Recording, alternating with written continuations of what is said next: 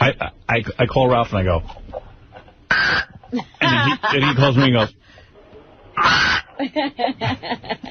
What did he laughed at one thing once, Eric, a sports joke or something. Yeah. That was it. One time he laughed. Eric never laughed. You're so serious. I really do wish you would have... Might have loosened you up. Yeah, I really do. I'm sorry you didn't take advantage of that, but I understand your concern about your parents, but I even think your dad would understand, but that's just me. They're treating you like a baby. You're not. You're a man. It's my opinion. Oh, okay.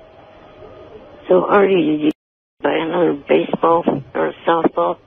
No, I didn't play. Did you show your dad a photo of Tabitha Stevens? No. Do you want me to send you some pictures you can show your dad? Yeah, I guess so. He'll agree to it, believe me. I'll do that for you. Once he checks out this piece. And show them to your dad. Don't just use them to... Right. All right, Eric. I'll talk to you later. Bye. Bye for now. Bye for now. Bye for now is his new sign-off. I know. Yeah. Bye for now. Bye for now. Hey, Eric the Midget's on the phone, Gary. We got to do this. What's going on? Hey, Eric. Good morning. He wants Catherine McPhee's phone number because we've got it. And Gary even called her. And the chick from American Idol. Yeah. I didn't realize I just said that. What? When did I ever ask for that? We told you we could get it for you. Oh. Do you have that little tape? Preview page 2. Are you ready to come in your pants, Eric? Get ready. Here you go. Wait. Give me 1 second. I'm gonna give you something here for you to... With your midget. Hold on a second. Where is that, Gary? Oh, here we go. Ready? Here we go. Hi, Gary. It's Catherine McPhee. Hi, Gary. It's Catherine McPhee. Ow. Ow. Are you excited, Eric? Yeah, it's interesting. We decided we're not giving... Hey, do you think you can give out her number to him? Why not? I could give it to him. But he's got to do something for it. Yeah. You got to slap against the phone. Oh, All right, I tell you what, I'll make it easy for you. You got to measure it. You got to measure it. I turned off all the lights and everything. I don't have any way to... You turned off all your lights to talk to Howard? Oh, it's almost 4 in the morning here. After I got off the phone, I was going to go to sleep. We got to have something in return for giving you the number. We can't just give it out. And don't, by the way, if you do get her number, don't, call her every 3 seconds. And don't tell her we gave it to you. Right. Yeah, that's the rules. I know, I won't do that. All right. I call her and maybe leave a message. And What's if you he going to say to Catherine McPhee? Yeah, what are you going to say? Just let's go over this so I don't get in trouble. Hi, Catherine. This is Eric. I'm a big fan of... Click! Better say Eric. Well, let him go. All right, so far I got no problem with this. Go ahead. I'm a big fan of yours. I hope you win American Idol for this week. Good luck. You got to tell her you'll be voting for her. Wait, don't you have to explain to her who you are and, what the show means to you? No. But don't say anything about that you're a friend of Howard Stern or anything. Okay, but how would I explain who I was without mentioning... Because then she's going to know I gave you the phone number. I know, but without mentioning the show. Well, just say, my name is... forget the show. Say Jay Leno gave it to you. You're a regular on Jay Leno. All right, throw Jay Leno under the bus, okay. Yeah. Why not? Why not? Who cares? It throws everybody else under the bus. Don't look at it that way, Eric. Yeah. Just don't bring up my name, because then I look... Right. Yeah, when the police come, don't say we gave you the number. You know what you ought to tell her? Tell her you can deliver California with the vote. You know what I mean? Hello. Well, you're on MySpace, right? And you could get everybody to vote for her, your fan base. No, he's got to go like this. Hello, Catherine. Oh, my friend. My name is Eric. I'm calling you because I'm one of the guys in control of the California vote for American Idol. I just want you to know. I hold a block of voters. I hold a block of voters of over 4 million people. That's how you bring in our show. So Eric, are you going for Catherine or Travis? Who's your pick? Well, Travis. There's no one named Travis. Taylor. Taylor. Yeah, who's Travis? I don't know. They're all the same. Taylor. No, I'm going for Catherine. You haven't even seen the performances yet. Well, one reason I want Catherine is because I think Taylor's whole soul patrol thing would get annoying after a while. It is annoying. You got a ruler there? You got a ruler in your apartment. You got some measuring device. And you got a light. Yeah. You can't use the excuse the lights are out. I can't measure my... What was there, an earthquake? Let's just go over this again. You're going to say, look, you control a block of 4 million voters through connections in the media, okay? You don't even have to mention Leno. And you can deliver them to her. What are you going to ask for her? And just say, I'm letting you know that I'm going to do this for you, but remember the name Eric. Oh, you got to have something like, I want a personal, I want a meeting, or... I want to take a meeting with you. Yeah, you could tell that you took a meeting with Carrie Underwood, right? Backstage at that concert that time? Right. Tell her you're just looking for a meeting. Yeah, I could see that. I got the chance to meet Carrie Underwood last year on the American Idol tour. I was hoping to be able to get to meet her on this tour. Yeah, but you gave Carrie Underwood your block of votes, and look what happened to her. Yeah. Say you backed her, and look what happened. Right. But don't bring up my name that I gave you the phone number. Oh, no. All right. I wouldn't do that. See how nice he got? He's all nice now. Yeah, he's a sweetheart. The only thing... Here, wait, let me give him another shot of this. Hi, Gary. It's Catherine McPhee. Wow, that sounds odd. Hi, Gary. It's Catherine McPhee. Oh! Is there more to that message? Yes, there is. Very much more. She just called up and said her name, Eric. But I'm just giving you the key. No. Let me see here. What are you doing? He's getting his ruler out. I'm getting out my... Taking out... Let me see here. Cotangent, cosine. You got a ruler there?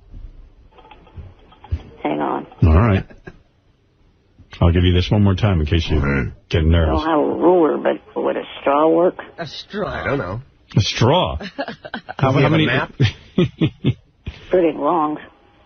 Yeah, but how many inches is a straw? You know what I mean? I want to know inches. Say about a foot. Oh, get out of here. The straw's a foot? The straw is a foot? That's a long straw. I thought he was saying his foot. No. Yeah, oh, Christ. I tell you what, you get a hold of a ruler and call me back. All right. The straw's about 8 or 9 inches. Yeah, but I need an exact measurement. And not from your balls. From your shaft. Okay. I'll try to find something. I'll call you back. All right. What is it, Gary? He should have to... Listen, he's got all the digital cameras and computers and everything. Just take a picture of it and email it to us. I don't want a picture of it. No, we won't.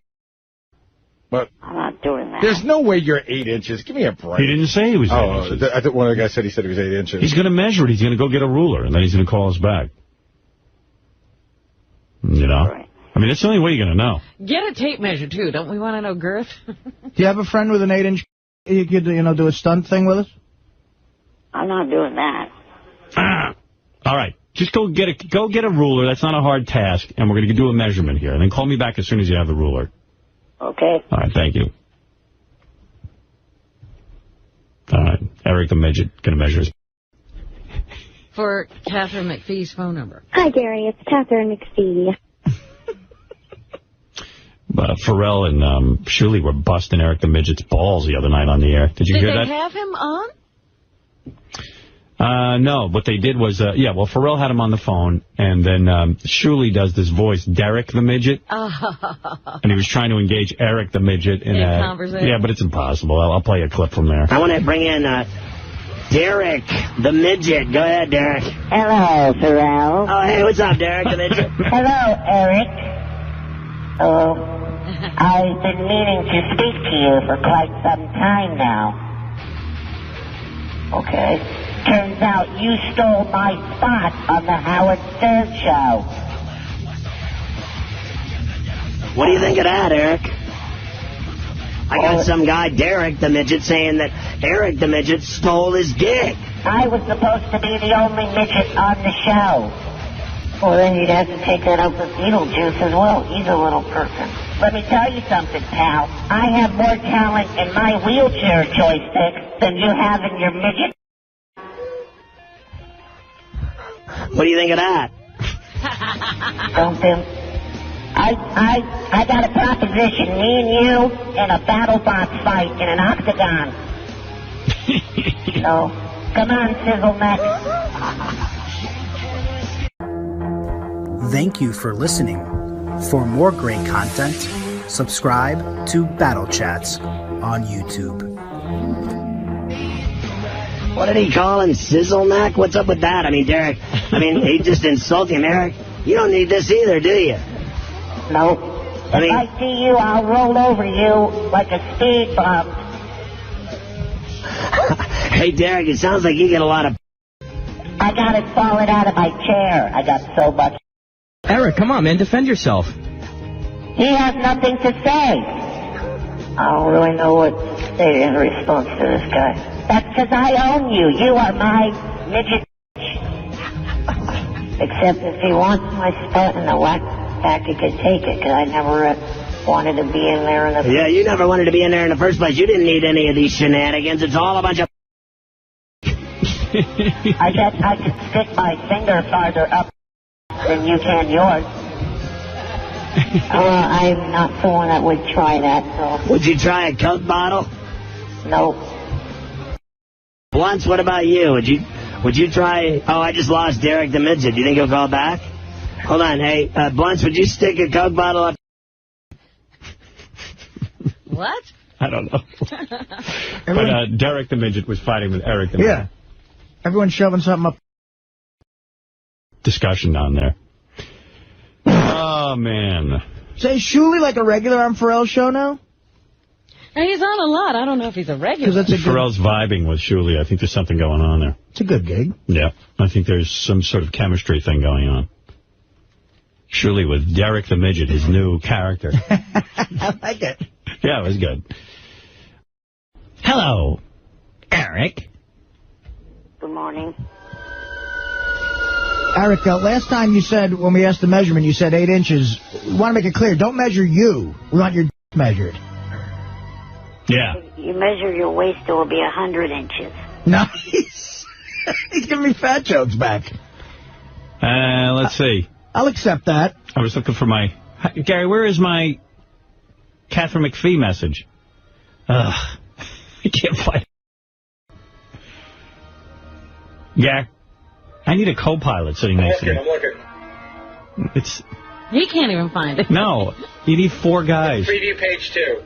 Preview page 2. Thank you. Hi, Gary. It's Catherine McPhee. Eric wants Catherine McPhee's phone number real bad.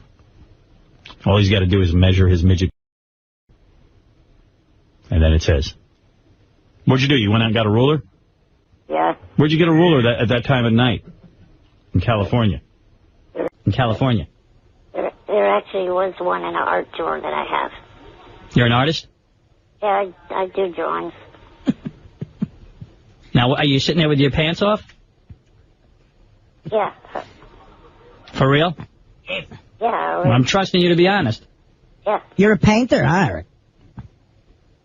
No, I just draw. All right. Your new name could have been Tiny Curtis. All right, you ready? Yes. Turn off your radio. It's off. No, it's not. What is that? Yeah. Yeah, what is that? Oh, hang on. I gotta go. Oh, mine doesn't come with a remote. He needs the remote more than anybody. Jesus. That's almost cruel, not giving him a remote. Now, describe what's going on there. You're in your wheelchair, right? Yeah. Yeah. God. No underpants, nothing. Well, shirt's on, that's it. All right. And where do He's sitting there in a shirt with no bottoms? Right. Oh, my God. And what about your ruler? Where is that? I got it. All right. Is it a 12-inch ruler? Actually, the ruler's 14. It's up. You got a ruler that's 14 inches long? Yeah. All right. Where did you find that? Won't your chair get... No, I got out of the chair. Where are you? On the bed. So you're laying on the bed on your back? Yeah. All right. I just want to picture this. And you're fully aroused? Yes. Really? Yeah. You did that for the measuring? How'd that happen? I just thought of some things. Who'd you think about? Just various different women. Who's in the catalog? And who's your number one go-to thinking about a girl if you're going to... this one female on the internet. Cindy Margulis? No. She's lame. Most downloaded. Kid, you got a ruler out and you're thinking about a girl on the internet? Yeah. Okay. Hold it. Derek the Midget's on the phone. He wants to yell at you. Yes, Derek? Why don't you think of Ryan Seacrest? What's longer, the joystick on your chair or your... Why don't you get a life and get off the phone? By the way, for those of you who don't know, this is Derek the Midget, who claims that he was the original midget on the show and feels Eric has stolen his thunder. That's right. I had a shirt that said Derek the Astronaut long before Eric showed up. He screwed me, and I will find... Well, Derek, we're going to measure Eric's right now, and you're kind of doing a... All right? Sorry. All right. Now, Eric? Yes. Are you ready to measure? Yeah. All right, go ahead. It's, Be honest. From your shaft, not from your balls. I know. All right. I remember what you told me. All right. 5 inches. You're 5 inches. Fully aroused. Yes. Wow. Somewhere a little over. Dude. You swear on your mother's life you're really measuring. Yeah. Say it. I swear on my mother's life I really measured. Wow. And you're somewhat of a celebrity. You could be getting like Billy Barty type. I'm the Tommy Lee. Yeah, midget. You're a Tommy Wee. I got to tell you, Eric, proportionally, that's not too bad. 5 inches. That's about a third of his height, isn't it? Yeah, it's a 30 of... I think I'm 5 inches. Yeah, I ain't much more than that. If you never want to get a woman off, that's a great size to be. Derek the Midget, what are you? What size are you? I'm 7.5. 7.5 inches? Oh, that hurts. Total height, not my... Wow, 5 inches, Eric the Midget. I'm shocked, Eric. Well, going by the theory that every guy doubles it, it's 2.5. Are you pushing down on the ruler? Like, are you, like, trying to make that base bigger? No. All right. Is the ruler in... Is it at the taint or is it at the ball? Mm-hmm. I was born without a taint. It's a rare condition. Wow. All right. Well, thank you, Derek. Eric, hold the line for a second. Eric gets the number, huh? Derek, thank you. Thank you. Eric, I'm going to give you her number. Okay. Thank you. Here's if Eric the Midget was Tabitha Stevens. Not that quick again. Hold on. I need to start my power chair.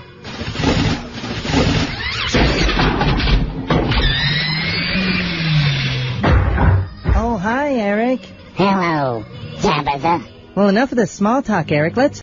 Hey, watch your mouth. I want this to be special. No foul language. This is our little secret. Now hop on my power chair. Oh, let me unzip your Oshkosh bagage. They're man pants. I had them short. Thank you for listening. For more great content, subscribe to Battle Chats on YouTube.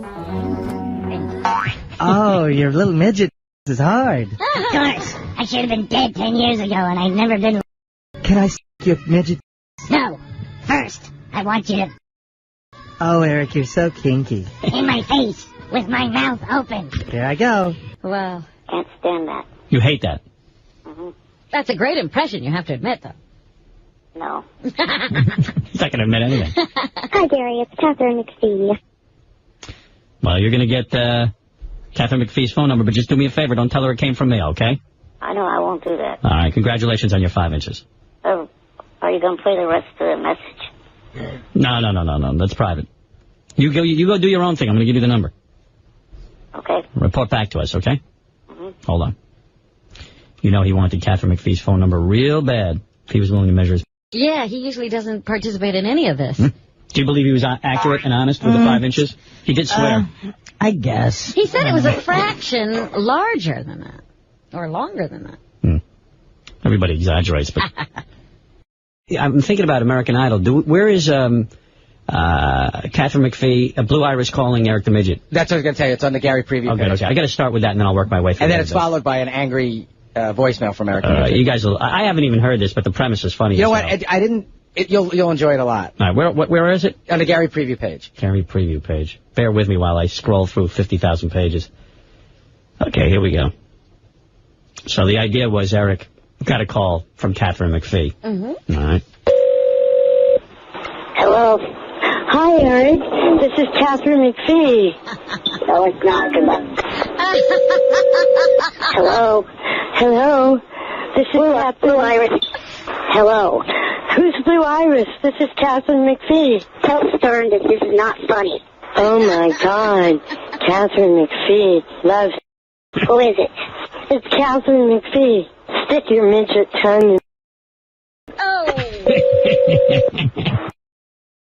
I know who this is. It's not funny anymore. I want you to put... funny when it began. I want you to put your head inside my... You don't want to put my hand in my fist outside your face. Stop calling. I'll just on Taylor Hicks. Jesus, what a grumpy munchkin. Of course, Eric had to call us and complain. Hello, it's me, Eric.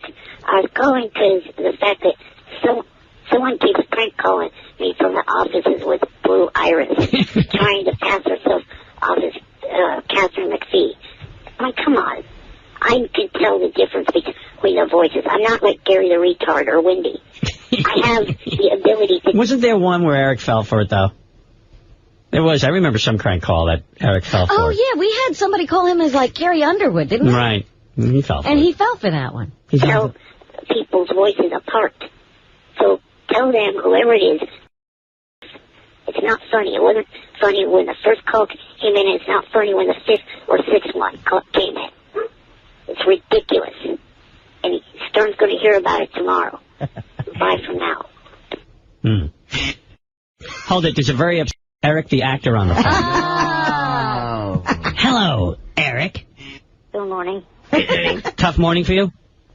Yeah. Did you get any sleep last night? I voted 4,000 times. Not that many. How many times did you vote for Catherine McPhee? 330.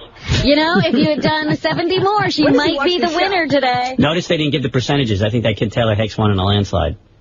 Oh, yeah? Yeah. I thought they never did. Wasn't even close. No, they do if it's close. Yeah. They crow about that. Eric, your endorsement means... I think you worked against her, actually. I have a bet, Eric, and tell me the truth. I say you called McPhee after she lost. Nope. You've only called once?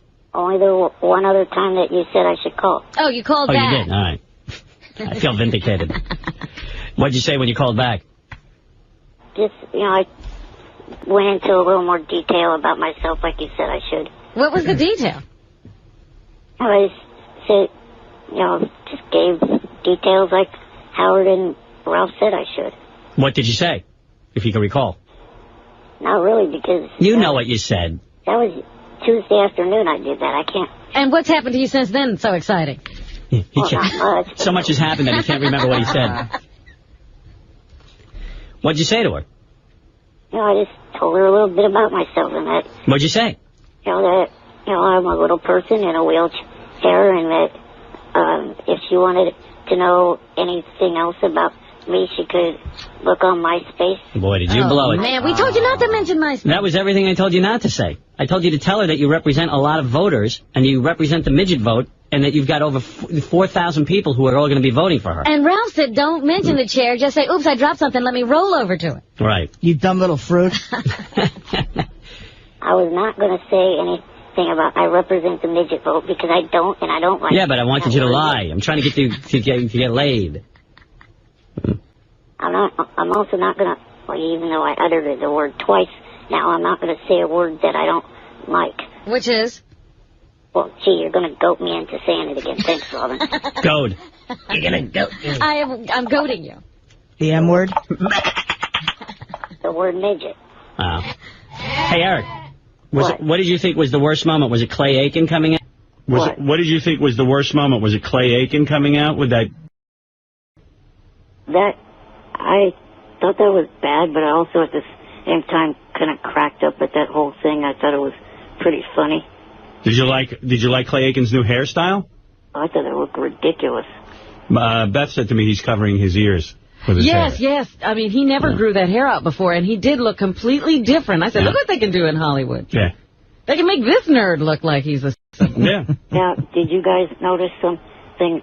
I know you guys put your attention on crying, but did you also notice after the winner was announced, they panned into the crowd and Carrie Underwood had a look on her face like, oh man, the wrong person won. Is that what that look meant? Eric knows, Robin. Don't be a big... Eric's an expert on this show. Hey, Eric, do you ever, like, record the show and rewind it and watch it again? No, not really. I'm trying to download all the episodes and watch them so I could maybe go back over and take better notes and stuff like that. What are you going to do with those notes? Publish your book. What do you think? There's money in them there, Hills. What do you mean download? You're going to download all the episodes and watch them like in one marathon session? I'll try. Yeah. Because when the people do sounds like a party. They cut the commercials. I see. So you wouldn't have to have the commercials in there. Save you some time. God. Jeez, that sounds... What notes are you writing down? What do your notes say? Detailed notes. Well, what I was kind of hoping to do if I get the chance, like last year, to meet the idols, maybe go there with the notes and, show them, how much big of a fan I am by giving them the notes. Oh, gee. Number 1, give notes to fans. Number 2, send dead squirrel to Clay Aiken. You mean, what you're implying is you want to meet the idols, take all of your notes, and hand it to the idols? Yeah. Copies of your notes. Right. You mean their individual notes or notes on the whole show? Notes on the whole show. I see. You would just compile one set of notes. And what incredibly insane thought goes through your brain when you come up with that idea? I mean, do you think, what do you think would happen if you handed them your notes? That they would sit and read it? You think, like, Catherine McPhee's going to sit and read this? Well, they got downtime when they're going from city to city. Yeah. And rather than the Da Vinci Code, let me grab Eric. Thank you for listening. For more great content, subscribe to Battle Chats on YouTube. Why don't you use your computer and build an invincible mini-plane so you can fly around in it and visit the idols? No. There's no better way to Saturday afternoon in Appleton, Wisconsin than reading one of your notes, Eric. How long is each note on each person? Like, do you go pages? No. Was it like a paragraph? No, it's just about, a line per contestant. Yeah, like, give us a line. What would a line be? I don't know offhand. Like, what would you write about Catherine McPhee? Like last night, what did you write about Catherine? Actually, I didn't take any notes at all last night. Why? He was enjoying the show. Well, for one thing, I got information ahead of time of who won. How did you do that? Well, because... Oh, you're on the West Coast. Well, no, what happened was I went and looked at my mail on MySpace, and everybody from the East Coast emailed me telling me who won. Right, that's what I was saying. You're from the West Coast. Yeah. If I was you, every week I would take notes, and then I wouldn't have to go back and watch the whole thing and take notes. I'd get it over with. Yeah. Well, he has, only he wants more detailed notes. Is it hard taking notes while you're... Lordy, is it? Well, Eric, I know last night was a big trauma to you. I know you voted for McPhee over 360 times, you said? 30. 330 times. Let me ask you something, Eric. When will you make the call to tell her how sorry you are? Well, I'll go with what Gary said, and I'll wait till next week. Oh. Good. All right, smart man. FBI time to track you. It's a big knock on the door. Okay. Well, what happens for the next 6 months? Do you go into a deep freeze? No. What will you do with yourself? What do you turn your attentions to now? The Oakland A's. Oh, yeah. Yeah, I'll watch A's and Giants games, but next week, last standing starts. Oh, last comic standing. You're into that. I'll also be watching.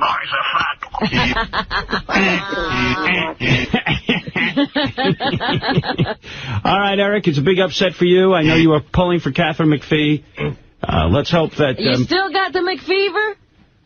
Yeah. I bet Me you too. do. Wouldn't you like to bury your midget head between those big boobs? Oh. Those boobs did look good last night. They sure did, pal. Now you're talking like a man. Now we're talking. Finally. Boy, that young stuff, man. Let me tell you, Eric, when you go in on a young girl like that, it's very tight. Very tight. Even for Eric? You know what I mean, or you don't know what I mean? I disagree with you on two things, though. All right. One, she doesn't need to drop a single ounce, let alone a pound. Oh, bro, you're just way off on that. Neither does... Taylor.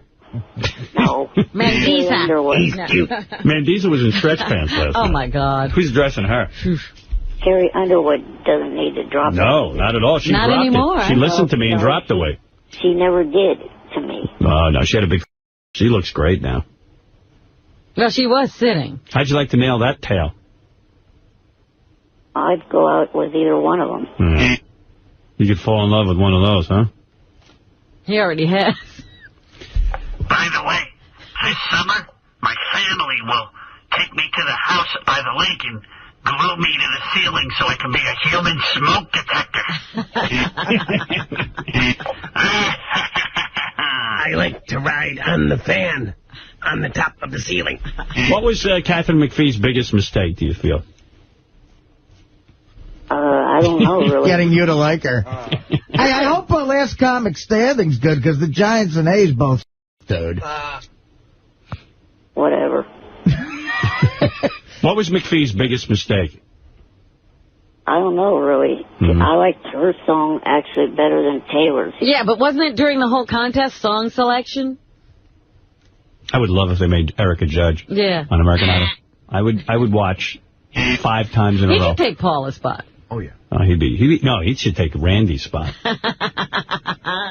Our judge, Eric the Midget. Oh, no. Eric the judge.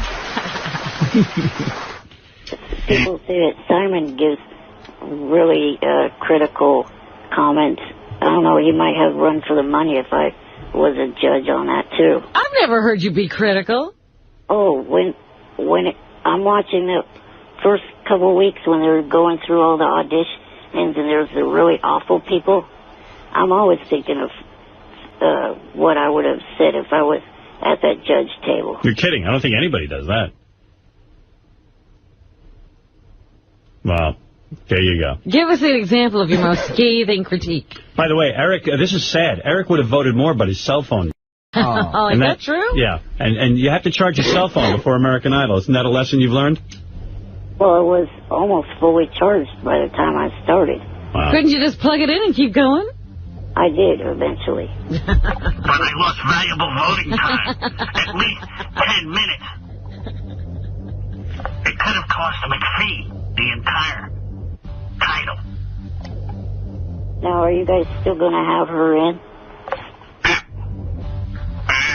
You know how off you were, Eric? We just got the results. Catherine McPhee had 332 votes. Right. Wow. Some guy called us and said your vote only counts once. Oh. They could trace it or something. Didn't your news department find that out wasn't true? Yeah, I don't think it is true. I think American Idol really gets off on how many votes they get, and they're happy with every vote. That's right. They don't care how many times you vote. I heard the news department called Fox, and they said that, no, that guy wasn't right. All right. Look, just keep voting, Eric. Yeah, whether it counts or not. Yeah, just keep going. Gives you something to do. Are you guys going to have McPhee in next week? We're going to try. Did you vote in the presidential election? Yeah, I voted. How many times? Gee, Robin, you can only do that once. Duh. Wow. Who'd you vote for? Carrie. I see. You got a pattern. Carrie Underwood? You're a mush. In the presidential election, you voted for Carrie Underwood? John Carrie Underwood. I know. John Kerry. I'm just kidding. know. We got John Kerry Underwood. Please, between Bush and Arnold Schwarzenegger, there's no way I'm going back to being a Republican. Yeah. Ooh, who knew? Big loss for the grand old party. All right, Eric. Well, thank you, and I'm sorry about the McPhee upset last night. I knew we wanted to check in with you, and certainly a lot of controversy there. Thank you. Say hi to the Dixie Chicks. The new song that they got out, I think, is pretty good. All right, thank you. Did you cry last night when McPhee lost? No. No. All right. No, thank you. I didn't turn David. Will you be going to the Idol concert? Yeah. Of course. Probably going to go over to Arco Arena box office in the next couple of days and get the tickets. That way you don't have to pay all those extra charges. I see. All right, thanks. All right, Eric. Thank you. Bye for now. Bye for now. Bye for now. New catchphrase, Eric's. I stole that from Tigger in the Winnie of the Pooh books.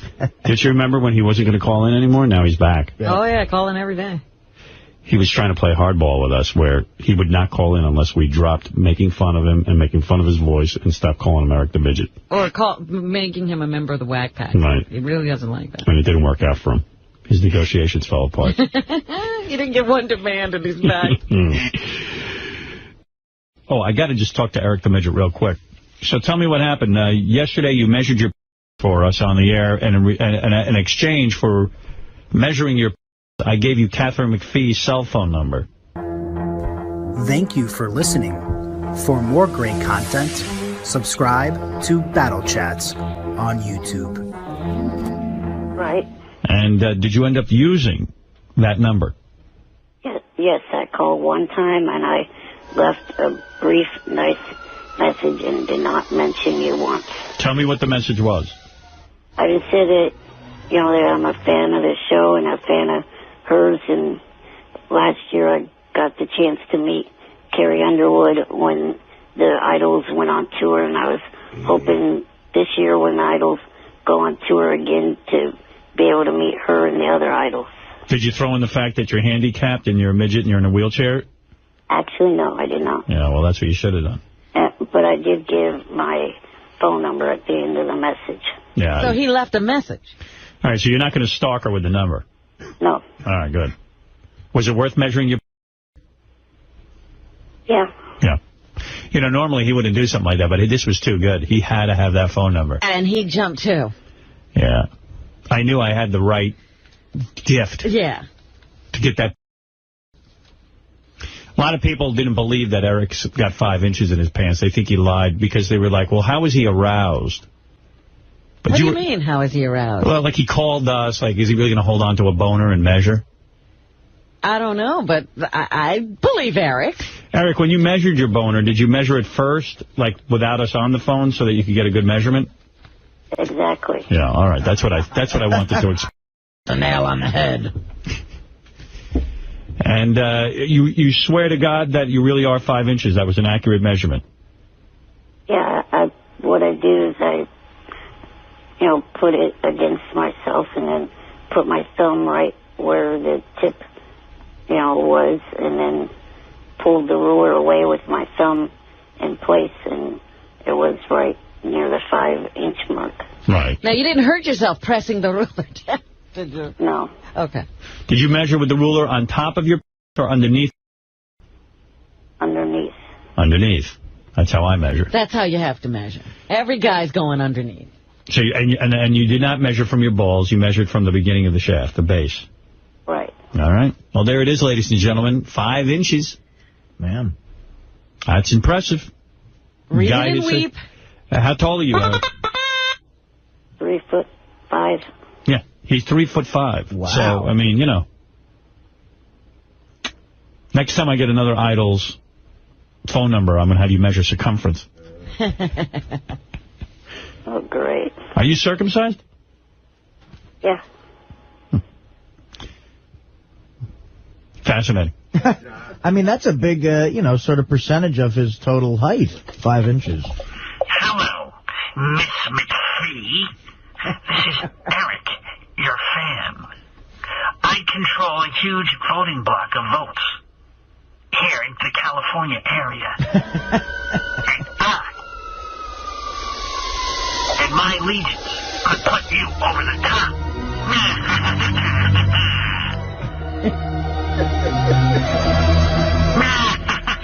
Hand over $1 million. I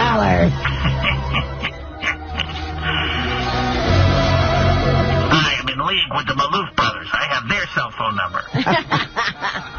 I bet she changes her number now. I also know Daphne Zanuga. Hey, Eric, you know if you don't hear back from her by today, that little phone number is going to burn a hole in your little hand. You're going to have to call again. Yeah, I know you. You're going to end up calling again.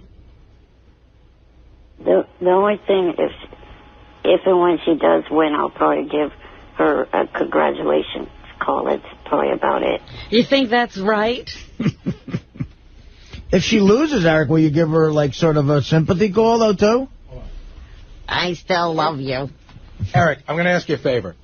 Could you not call her till at least next week? Because I spoke to her, or we exchanged voicemails, and she doesn't think Fox would want her on, for the finale. But if she wins, she's going to come on the show, and I just don't want you screwing that up for us.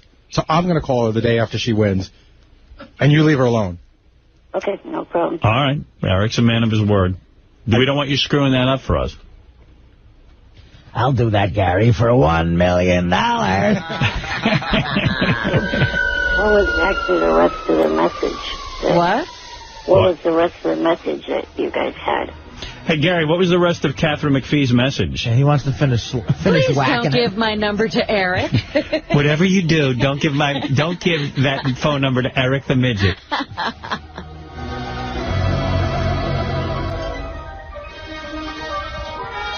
Yes, Ralph. Eric, you blew it, man. Why didn't you mention you vote like 8,000 times in one night?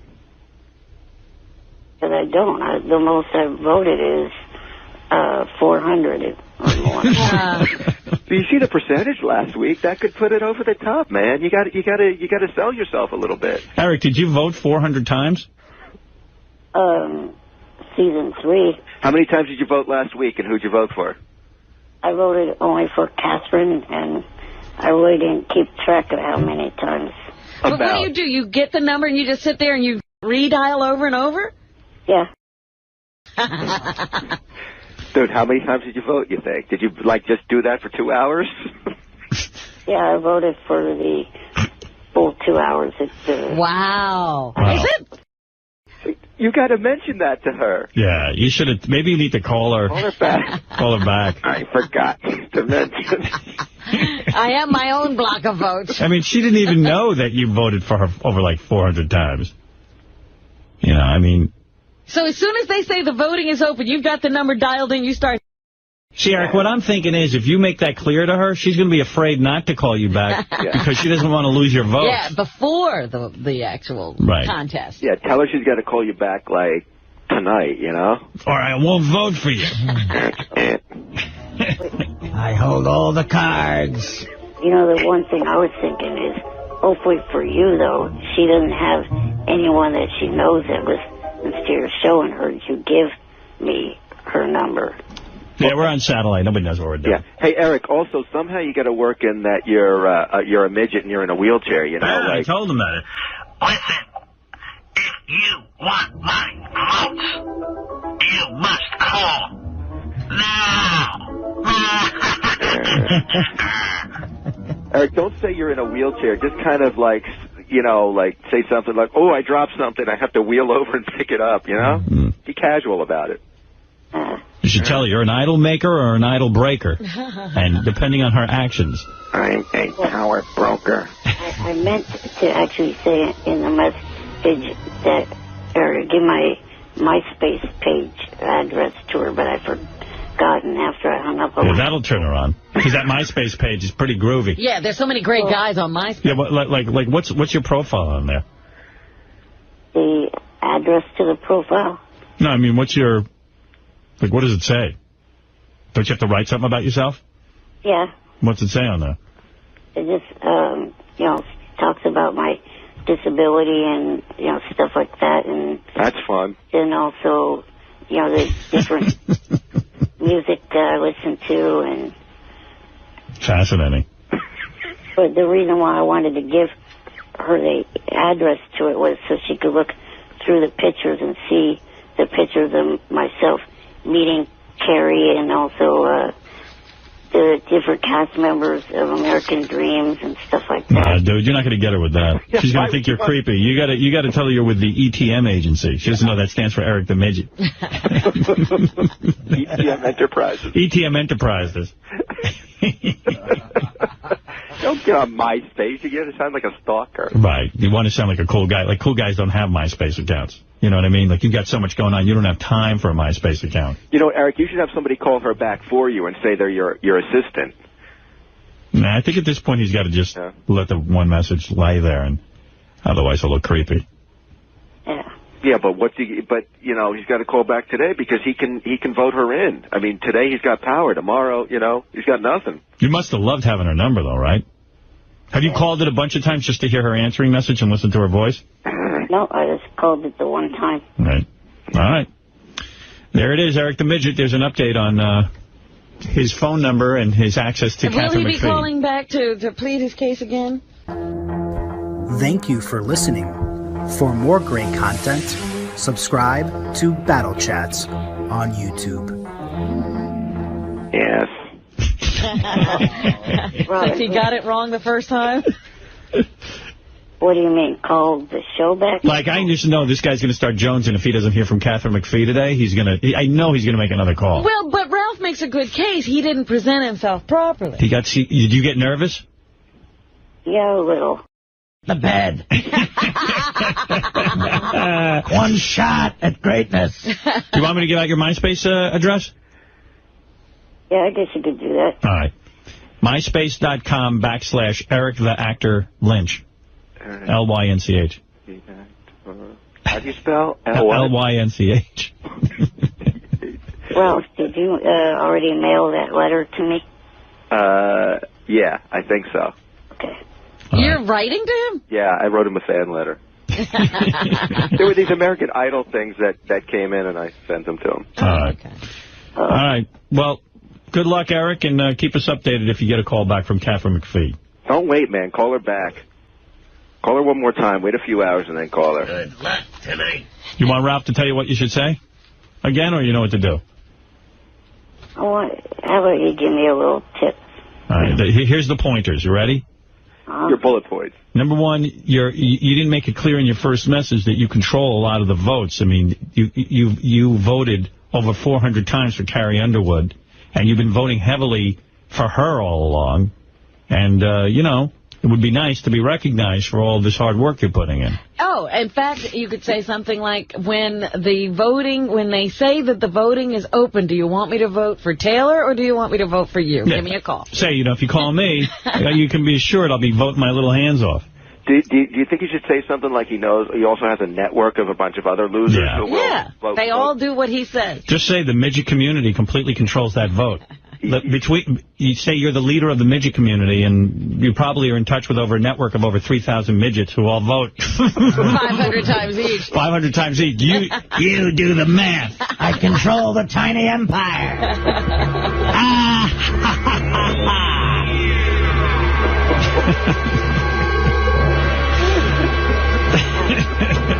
That chick will be pants. She'll call you right back. She'll be right on the phone. Forget rehearsing. Let me get on the phone with Eric.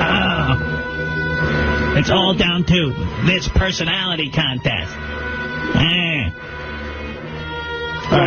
Yesterday, you guys commented at how nice I was on the phone with you. Yes. Yeah.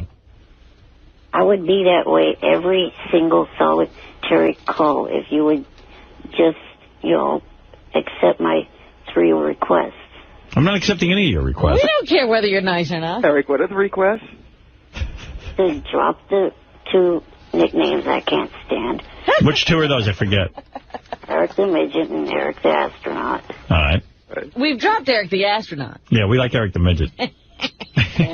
All right, so there's half a request. Okay. Yeah, what's your second request? Stop making fun of the voice. That's not going to happen. Can I do it at home? In the words of Vito Corleone, that I cannot do. Eric, is it okay if you just, like, do it on the phone to each other? I mean, I call Ralph, and sometimes my whole message is just like this. I go... So is it okay if they do it just to each other on the phone? Yeah, just... That'd be all right. He can't hear that. What's the third one? And, stop poking fun at me. Well, that's I like thought the you second. didn't want to be a member of the Wack Pack. Oh, that's... Oh, now you got 4. Jesus. First of all, you got to be in the Wack Pack. You've got a funny voice. You don't know why you're funny. I mean, you fit all the criteria. You look kind of, different. When you look up Wack Pack, they have a picture of you. Right. Yeah, but question is this. Okay, the guy Steve that was with Tabitha there one time, he's even more disabled than I am, but he's not a Wack Pack. Yeah, because he's not funny. No, he doesn't have a funny voice and he doesn't have that attitude that you have. There's nothing fun about him. Eric the Midget, we speak your name. We speak your name. You are a legend. We speak your name. And the youngin' spoke. There wasn't a dry eye in the house. But Eric, is that okay? Hey, what about Eric not for Stevens? I got a lot of email about that. Some people respect Eric for not Stevens. I don't get it. I mean, this is a guy who's never going to get laid in his life. Like, I want to follow Jeff the Drunk. Well, no. Jeff the Drunk apparently couldn't do anything, so you're not. She didn't lube up. What happened there, Jeff? She didn't lube up. I was ready.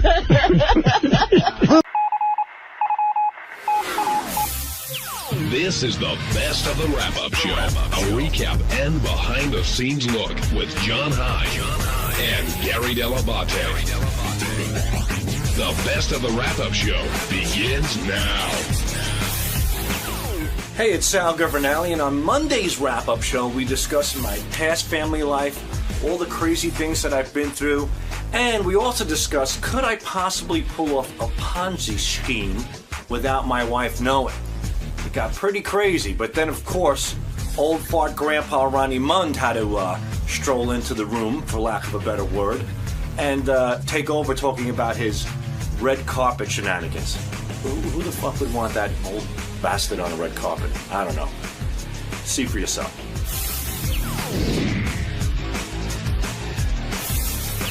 So, G-Man, Howard was talking today about, Robin, I think, brought up the Ruth Madoff story, and they both said that she was completely unaware of what was going on with her husband, Bernie Madoff, and I guess he brought you in to illustrate how sometimes a wife can be unaware of what's going on with the husband, meaning your mom, and what was going on with your dad. Right. Is it difficult for you to talk about those times when you're talking about how you were brought up and dealing with both families?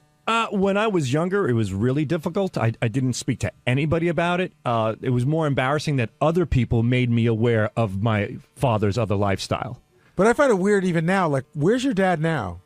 He's home now, but he's leaving. Well, he just came back from Sicily. But how long was he there? For about 6 months. And so what? But your mom's here, right? Right. So what is he doing in Sicily for 6 months? We don't ask. But no, really. He's working on shipping wine in, and he says it's actually coming here. I saw him yesterday. He said it's coming here, I think, on the 11th of November. He has a whole container of wine coming in. So he's getting involved in the wine distributorship business. Yeah, you gave me a bottle of wine 2 years ago. You go, my father's getting in the wine business, and that's the last I saw of it. That's the last I saw of it as well. I think my father hooked up with a wine guy. He got a few bottles of wine. He's in the wine business. I certainly hope that's the case, because he's been pressing this wine for the past 2 years, and now this container of wine is supposedly coming in. Now, do you think most wives are unaware of what their husbands are up to?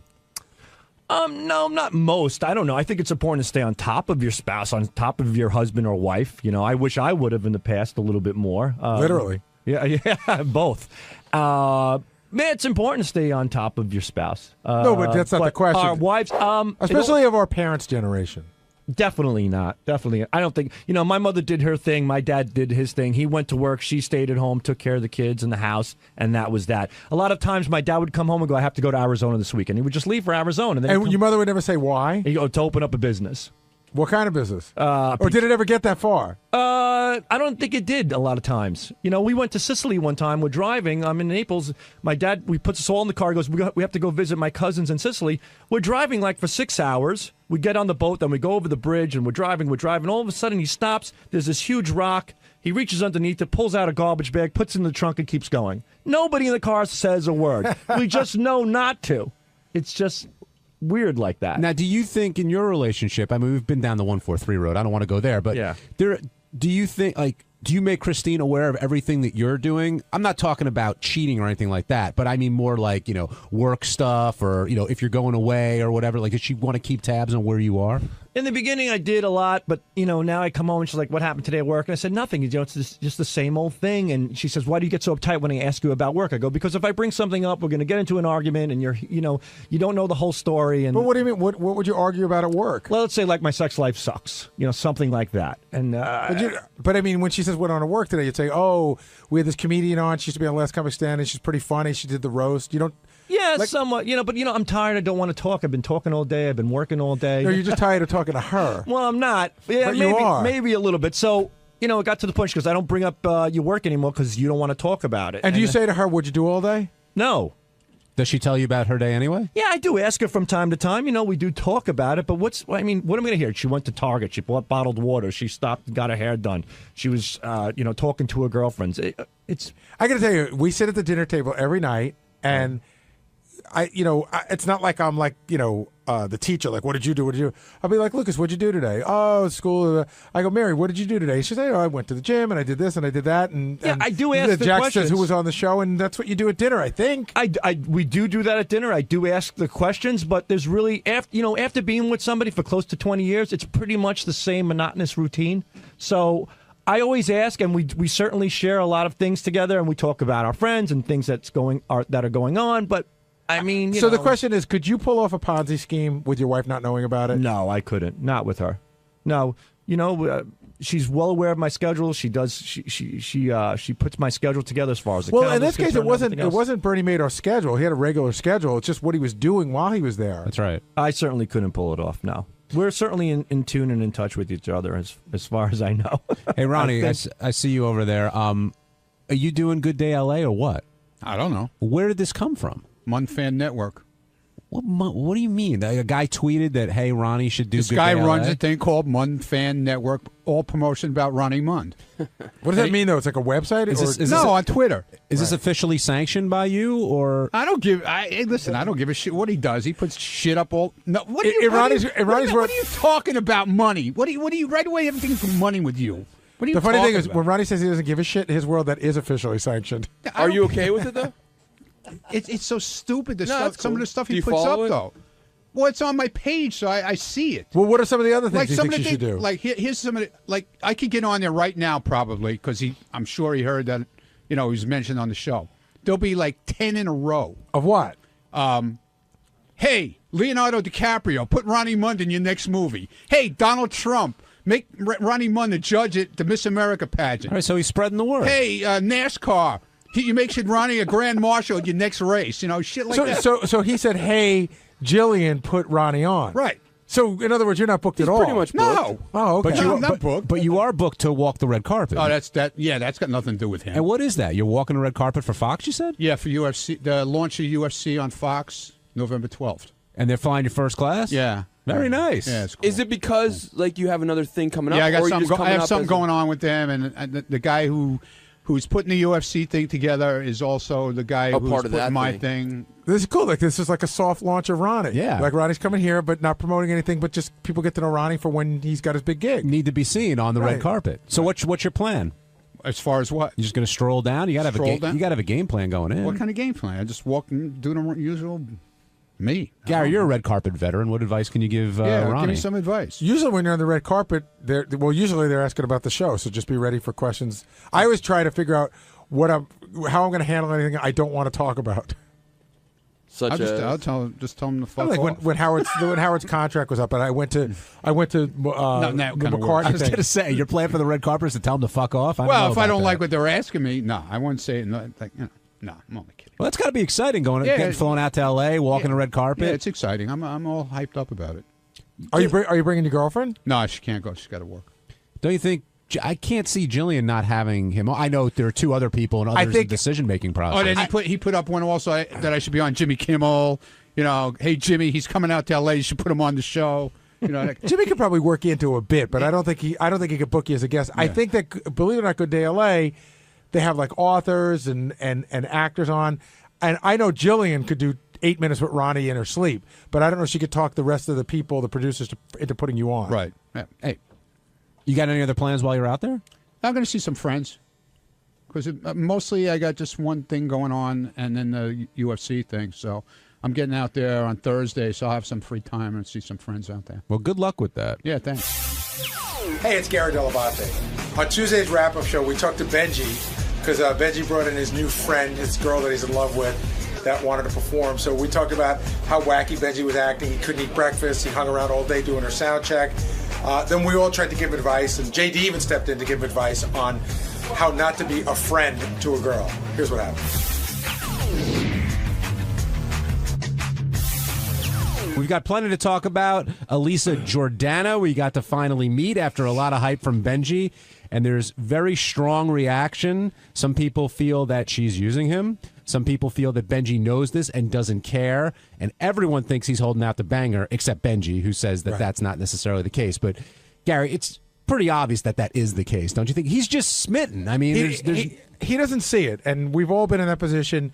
But he's like, no, even if, she never sleeps with me, this is somebody I could be around with the rest of my life. But I think we all sort of know in a year she'll be gone. She'll be with the chick he went to the Christmas party, wherever she ended up. Who was the greatest person ever and really a sweet girl, and we're going to be friends forever.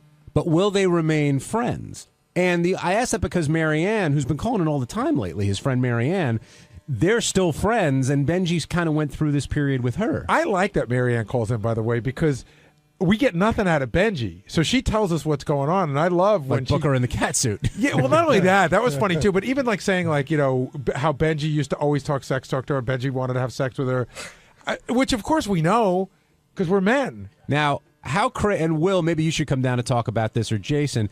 How crazed was Benji leading up to this appearance? Oh, here's a good one. Doug comes to me, Doug Goodstein from TV, and he says, we order Benji's breakfast every morning. He's never missed breakfast ever.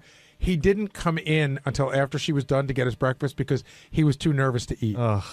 I know Will said that he had sent some notes about her, which makes sense doing the research, but he was sending out yesterday. He sent out a whole bunch of links to her songs and videos. Got that. Then he was hanging around here doing her sound check. Then he was walking her around the station. Went on Jenny Hutt's show to promote that she was going to be on this show. Which, again, I said I don't know whether Jenny Hutt has 5 listeners or 5 million. It doesn't matter. He got to throw her in front of a microphone. And that looks really important. Is the payoff going to be there, though, for him? He got her. He did all that. He got her on Howard's show. She got to play a couple of songs. The interview went well.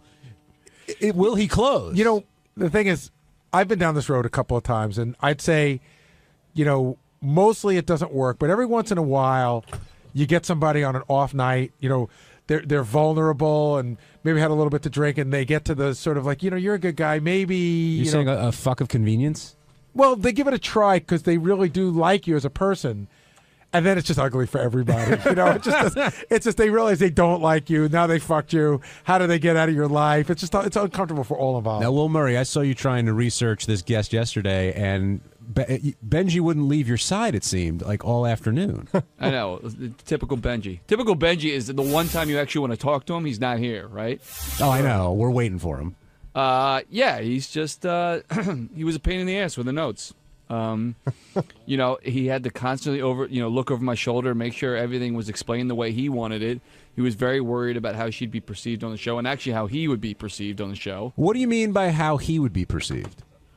Well, the whole ambient story that she told a little bit today, he didn't want that to seem like he was some kind of date rapist? raper. Yeah, which I think he is a little bit.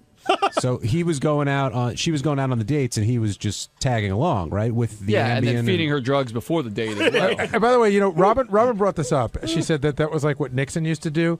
When Nixon met his wife, who wasn't his wife, he met her in college, and he was madly in love with her the way Benji is. And so he used to chauffeur her on her dates, like drive her to her dates, and just figured he'd hang around. Again, this is the whole Al Roker thing. But to me, the vision of Benji 3 tables away on her date is super creepy. Yeah, the whole thing was bizarre. Passing out, by the way. And her too. Yeah, because she's been drugged. Again, I think we kind of flew past that. I know she's an adult and Benji didn't force anything on her, but the fact that he was recommending she take drugs either before her date or before her appearance on the show is so creepy. And who had the Ambien was just lying around. Like, I don't know. To me, that was a fascinating part of the story. But clearly, they're both crazy, and that's why you can make fun of Benji all you want. But a girl that would let Benji sit 3 tables away while she's on the date is equally as crazy as Benji is for doing it. So I don't know what is going on over there. So you don't think she's just a happy, fun-loving spirit, and they connected, and they're Skyping, and there was nothing fun-loving that came off. I mean, she was great. Though I'm not putting her down. She was good on the show, and she was a performer. But no, she didn't come off like a happy, fun-loving person to me at all. Yeah, she doesn't seem like a traveling party. Yeah. She seemed kind of like a downer, to be honest. And and I wouldn't exactly describe her as asexual either. No, she's very some sexual. of those stories. No, she's very. I mean, another one of her great lines today was when I told the story about how she went to Rick's, and Ronnie said that she'd been at Rick's a bunch of times, and she goes, "Oh yeah, they have great lobster. Like you can't get lobster anywhere else in New York City but Rick's." Hi, Benj. By the way, have you ever had bad lobster? Exactly. It's lobster. By the way, for everyone, we are fully in the vortex. But I think it we makes started sense without you to go That's there. okay. I don't mind. No How did you feel That's after? what he wants. So she finally came in. We all got to meet her. She got to perform. But I thought I heard you say you felt a little sad after this was all over today. Yeah, I go back and forth on it. On because like I said on the show, sometimes it's just so much fun to be around her, and sometimes it does get a little sad. So there was a lot going on. Plus, I was really tired. Like we didn't get a lot. But of sleep also, last night. I mean, to be a little mean, like you might have felt sad because you've now gone to the pinnacle of where she can use you. Meaning you. I mean, where do you go from here? No, I listen. It's been the same way for weeks, and No, but this was sort of a build-up. I understand where Jason's coming. Like this was a big thing. Like this was the kind of thing where you'd hope after you get on, maybe even not today, maybe tonight. Yeah. She goes, "Wow, this doesn't get you laid." I don't have any fantasy of that happening now. I listen. I'm fat now. If I met a girl as heavy as me, but had as a good-looking face as me, I would say, look, you got to lose weight. Do you think if you lost that weight, like you're saying, and you're in your ideal shape, do you think that would make a difference? Because it sounded to me like today, it's not going to happen with her. All right. Well, I actually tweeted this recently. The great thing about being fat is you always have hope. But do you Once think I lose all the weight and there's this? But do you think it's only a weight thing? That's the only thing between you and her? I think no. I don't know. I really don't. Howard asked point blank, "Would you bang Benji?" Right. And she didn't say no, right. But she gave the if there was a nuclear war kind of like she was giving the excuses. She gave the being nice answer. Do you think that would really work? Well, it seemed like you got the sort of not that good looking but a great personality. No, I know. Rap. Like I knew when I pitched that as a hey, to have her on. I was just talking to Greg about this. Like there's 3 things going on. One, did I want to get her on the show and like help my friend out and impress her? Absolutely. Did I want to get her music out there? But I thought the premise of is she saying she's asexual? I know she might have been just being nice to me, or I thought it was interesting either way. No. If she's really asexual, that's interesting. No, what you really wanted to do was smoke out the truth.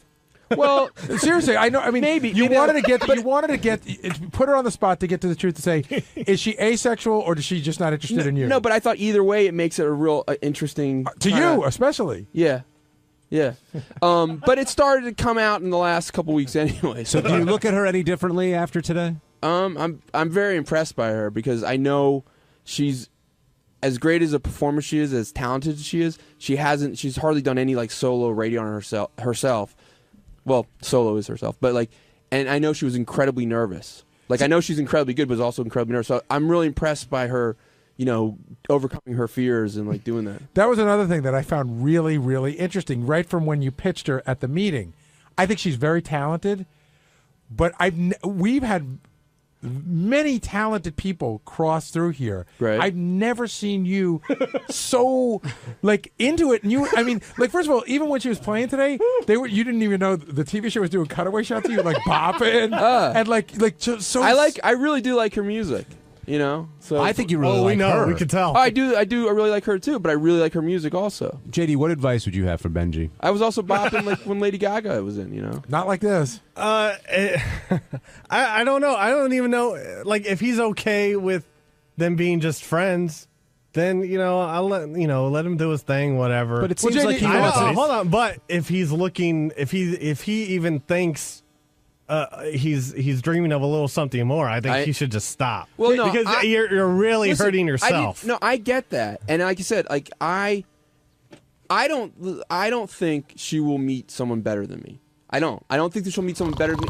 I had this conversation. with her during the break. I don't mean better than. I'm saying that will make her happy. She won't meet. That she'll be happy. Like have better emotional. She won't meet somebody. But maybe I'm wrong. Then why isn't she saying, Benji? You know what? You're the love of my life. We should be together forever, always. Because I'll never find anything better. Because she's not at that point, and it might not happen. I agree that, and I might. Like I've said repeatedly, I might say, you know what? It does hurt me too much to see someone I really like this way, but.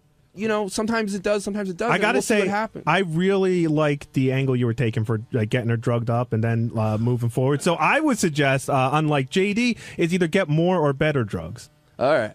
Where do you think this will? Like, it's a year from now. Will you be friends? Will we have not heard of her for 6 months? Where do you think it'll all be? I don't know. I could see like I don't know. She's the kind of person I could see.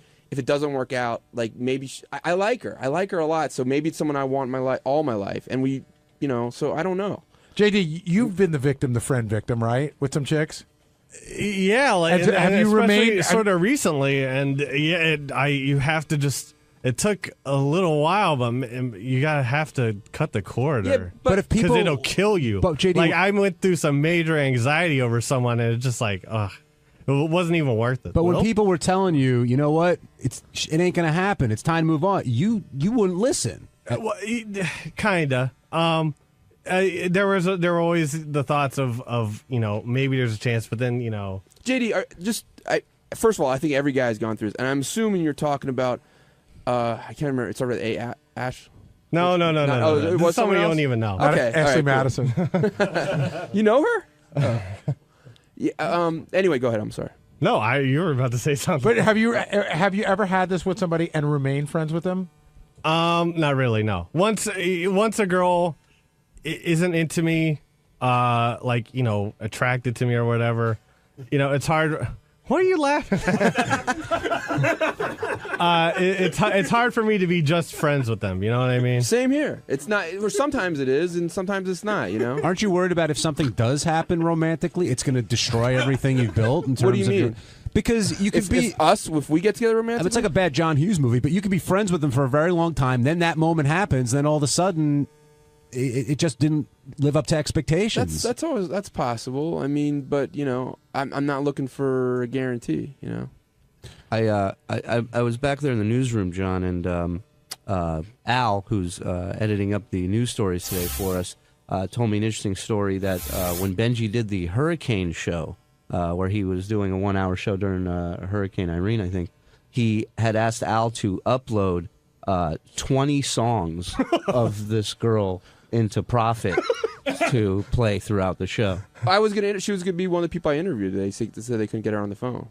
Now, so Al sat there and had to upload 20 songs. Well, they asked me. They said, give us every single thing you want to upload that could possibly be, because they also told me when I did the Hurricane show it could be all night. So you skipped the Billy Joel anthology. No, I also had several Daniel Johnston songs. I tried to get a Kenny Roby song about Daniel a hurricane. Johnson? Another guy won't bang him. Yeah. Well, don't say that so quickly. Hey, Benji, one question real quick. At your peak, do you think you like Marianne more than you like, what's her name now, Elisa?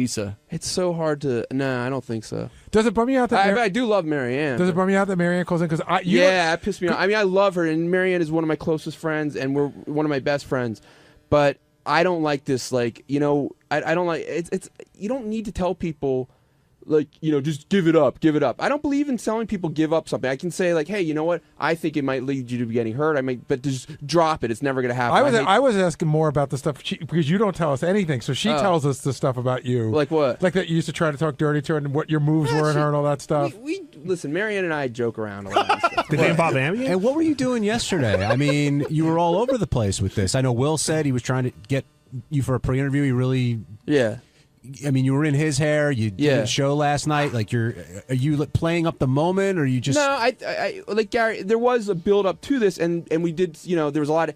She did like rehearsal and stuff, and there was. It's like Clive Davis. Isn't it going? Sounds like a hit, sweetheart. I was there for the rehearsal. It was cool. Benji was videotaping it and asking people to come in to watch. And she said because she felt better because she was very nervous about performing, so she wanted different people to. Strangers just to be there. Do you think there's a chance that she might be using you for all of this? No, I don't. I think when I initially talked to her about getting on, she was like, no, don't try to do it. Smart. So that brings a question that was a big debate in the back office. I think she enjoys it, especially. I'm sorry. Sorry. Is the onus on her to cut it and say, listen, I'm not going to bang you, or is the onus on Benji to recognize that it may not happen? She said that.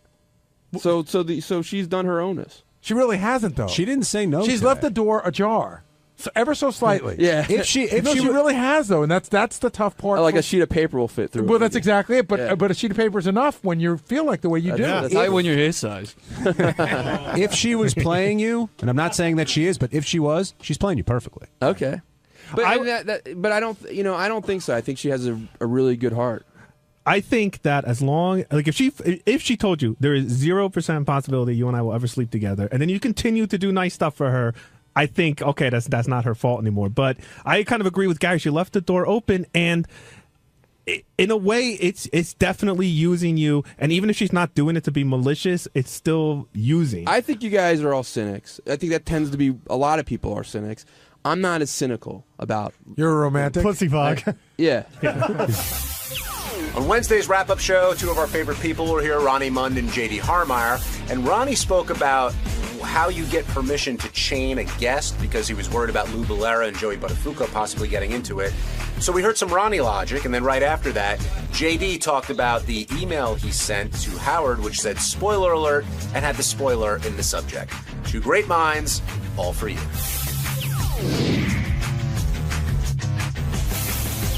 Ronnie, with Lou and Joey coming in, a lot of the they got along very well, but Gary, you should describe the setup because there was a whole reconfiguration of the studio, and one was isolated, and a lot went into it. I'll talk about that, and then I'll talk about the conversation that Ronnie and I had yesterday, how it all led to this.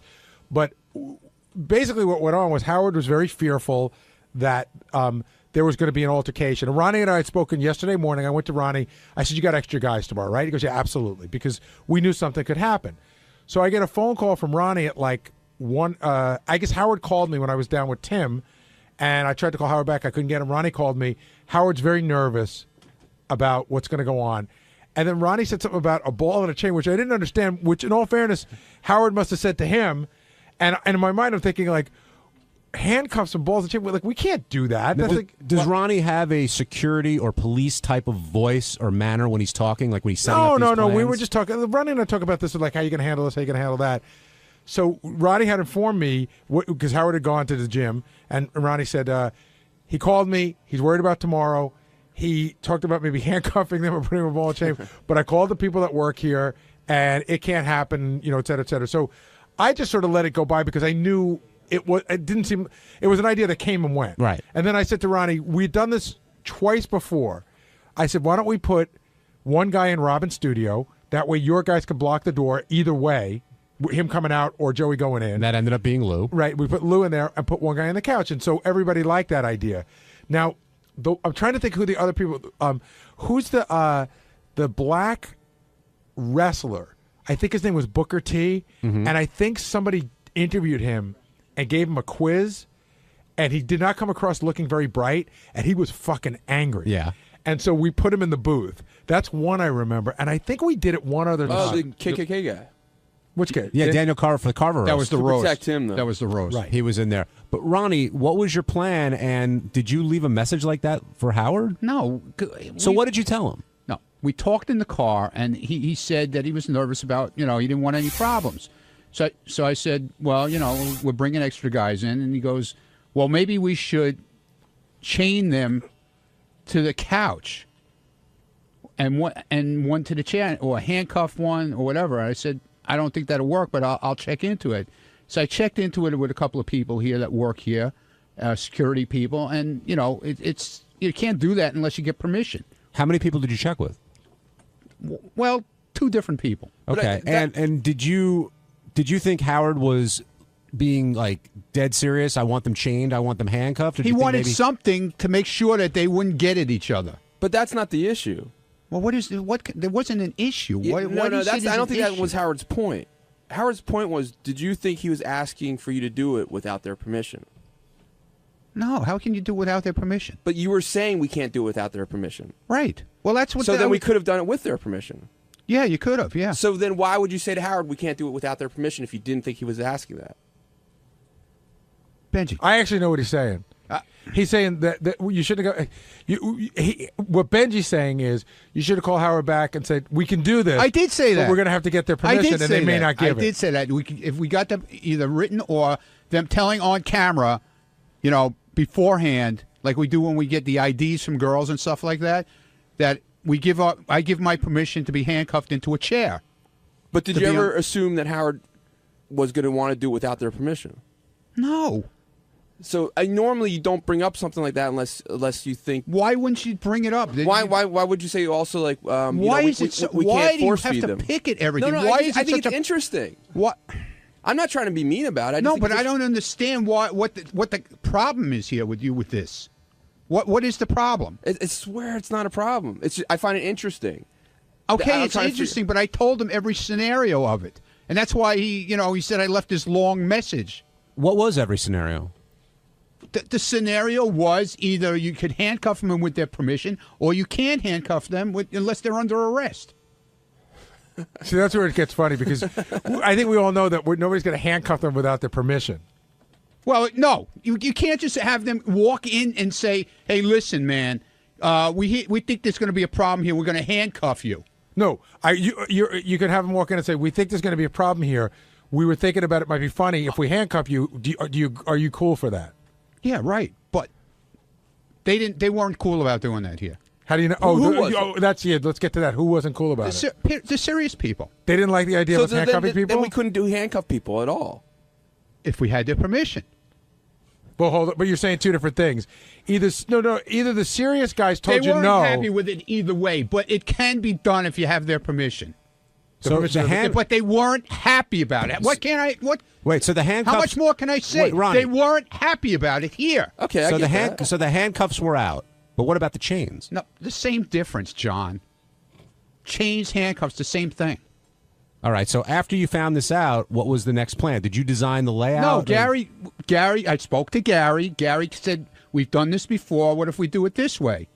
And I said, if there's a problem with that, call me back and we'll try and work something else out. I never heard from him again, so I assumed everything was fine. When I came in this morning, that was the plan. When you came into the studio later, when Howard was talking about it, you told Howard he was coming all over you. Where did that come from? Well, right, he jumped all over me saying I was talking like a cop and all. I left him a message. I did the right thing. I told him what, he likes to know what's going on. I told him what was going on. Right, but you didn't say you're breaking my balls. You said you're coming all over me, and that seemed like an odd choice of words, I thought. I don't do it. Why, John? Why? You can answer that question, Gary. He's breaking my balls no matter what. If I do the right thing, it's not good. If I do the wrong thing, it's not good. What can I say? Joe in Pennsylvania, you're on the wrap-up show. Okay, I'll tell you where the problem is, Ronnie. It's if this were a trip you were planning out to California to do some Fox TV show, you'd have been a lot more tenacious. You'd have checked into a lot more sources. You'd have gotten it done. You're getting lazy. Bottom line. Yeah, okay, fine. How am I lazy? We got it done. You didn't get it done the way Howard wanted to. You said no right away. I did not say no right away. You're a negative guy. I said I would check it, and you're a fucking asshole, okay? You don't know what the hell you're talking about. Be careful, you're going to break a hip. Yeah, okay, good. All right, thanks for chiming in there, Joe. As it turned out, it was a pretty normal conversation that Lou and Joey had, right? There was none of that. Yeah, but you don't know what's going to happen.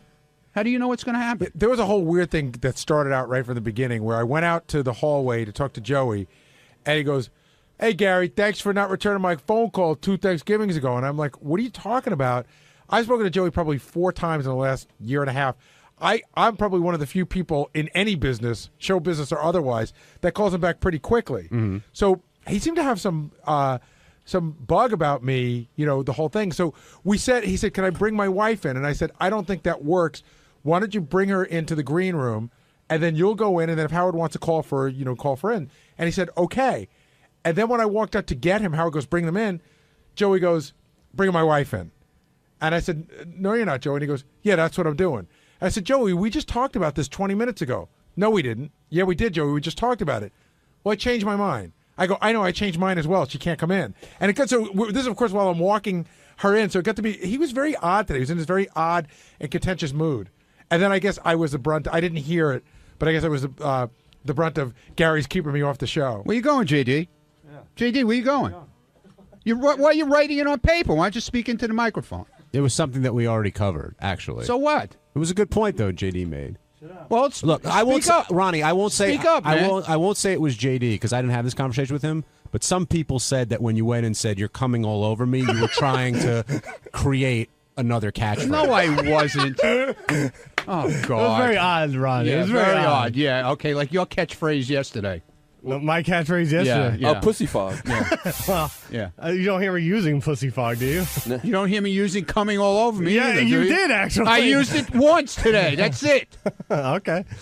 That's right. All right. That's all we need is one. All right. Don't come in and write it on paper. Speak into I the microphone. didn't want to bring something That's why up. they call it the rapper show. You talk here. Hold on. I hadn't I know you can't talk good. I hadn't been listening, and I didn't want to bring something up that had already been discussed already. I was having respect for the show.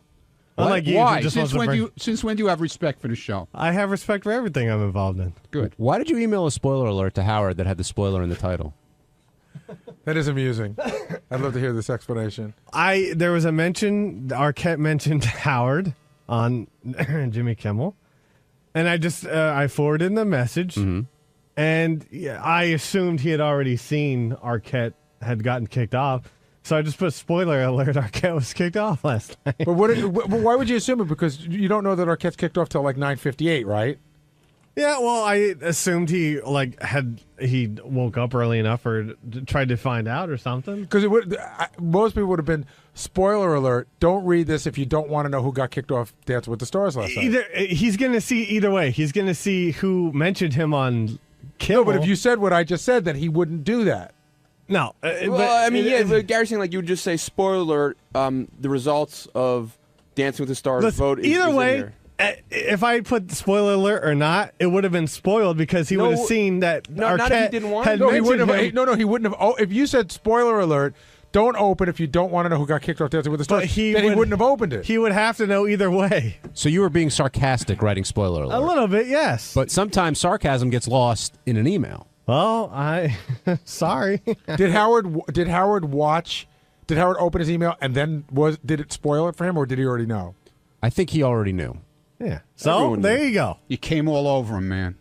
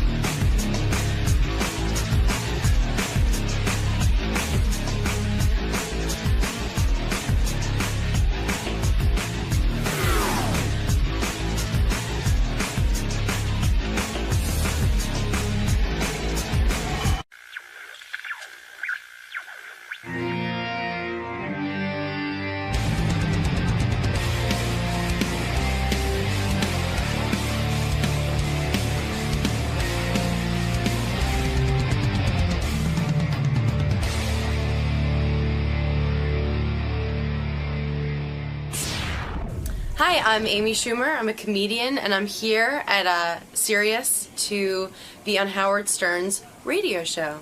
And it seems like people really like it. Now, yeah, it's mildly popular. Yeah, he has some listeners, right? He's growing. He's a work in progress. Right. Yeah. But we have a lot of faith. Yeah, in I think Jesus. It's going to be all right. Oh, of course. The Lord will guide more listeners toward him. As long as you give your soul to the Lord. Oh, it's been given. Okay. My soul's been with the Lord for a while. I figured you had that look to you. Yeah, like I've been saved. Amy, this is a big deal for you as a This comedian. is it. This is the biggest deal there is for a comic. Well, have fun today.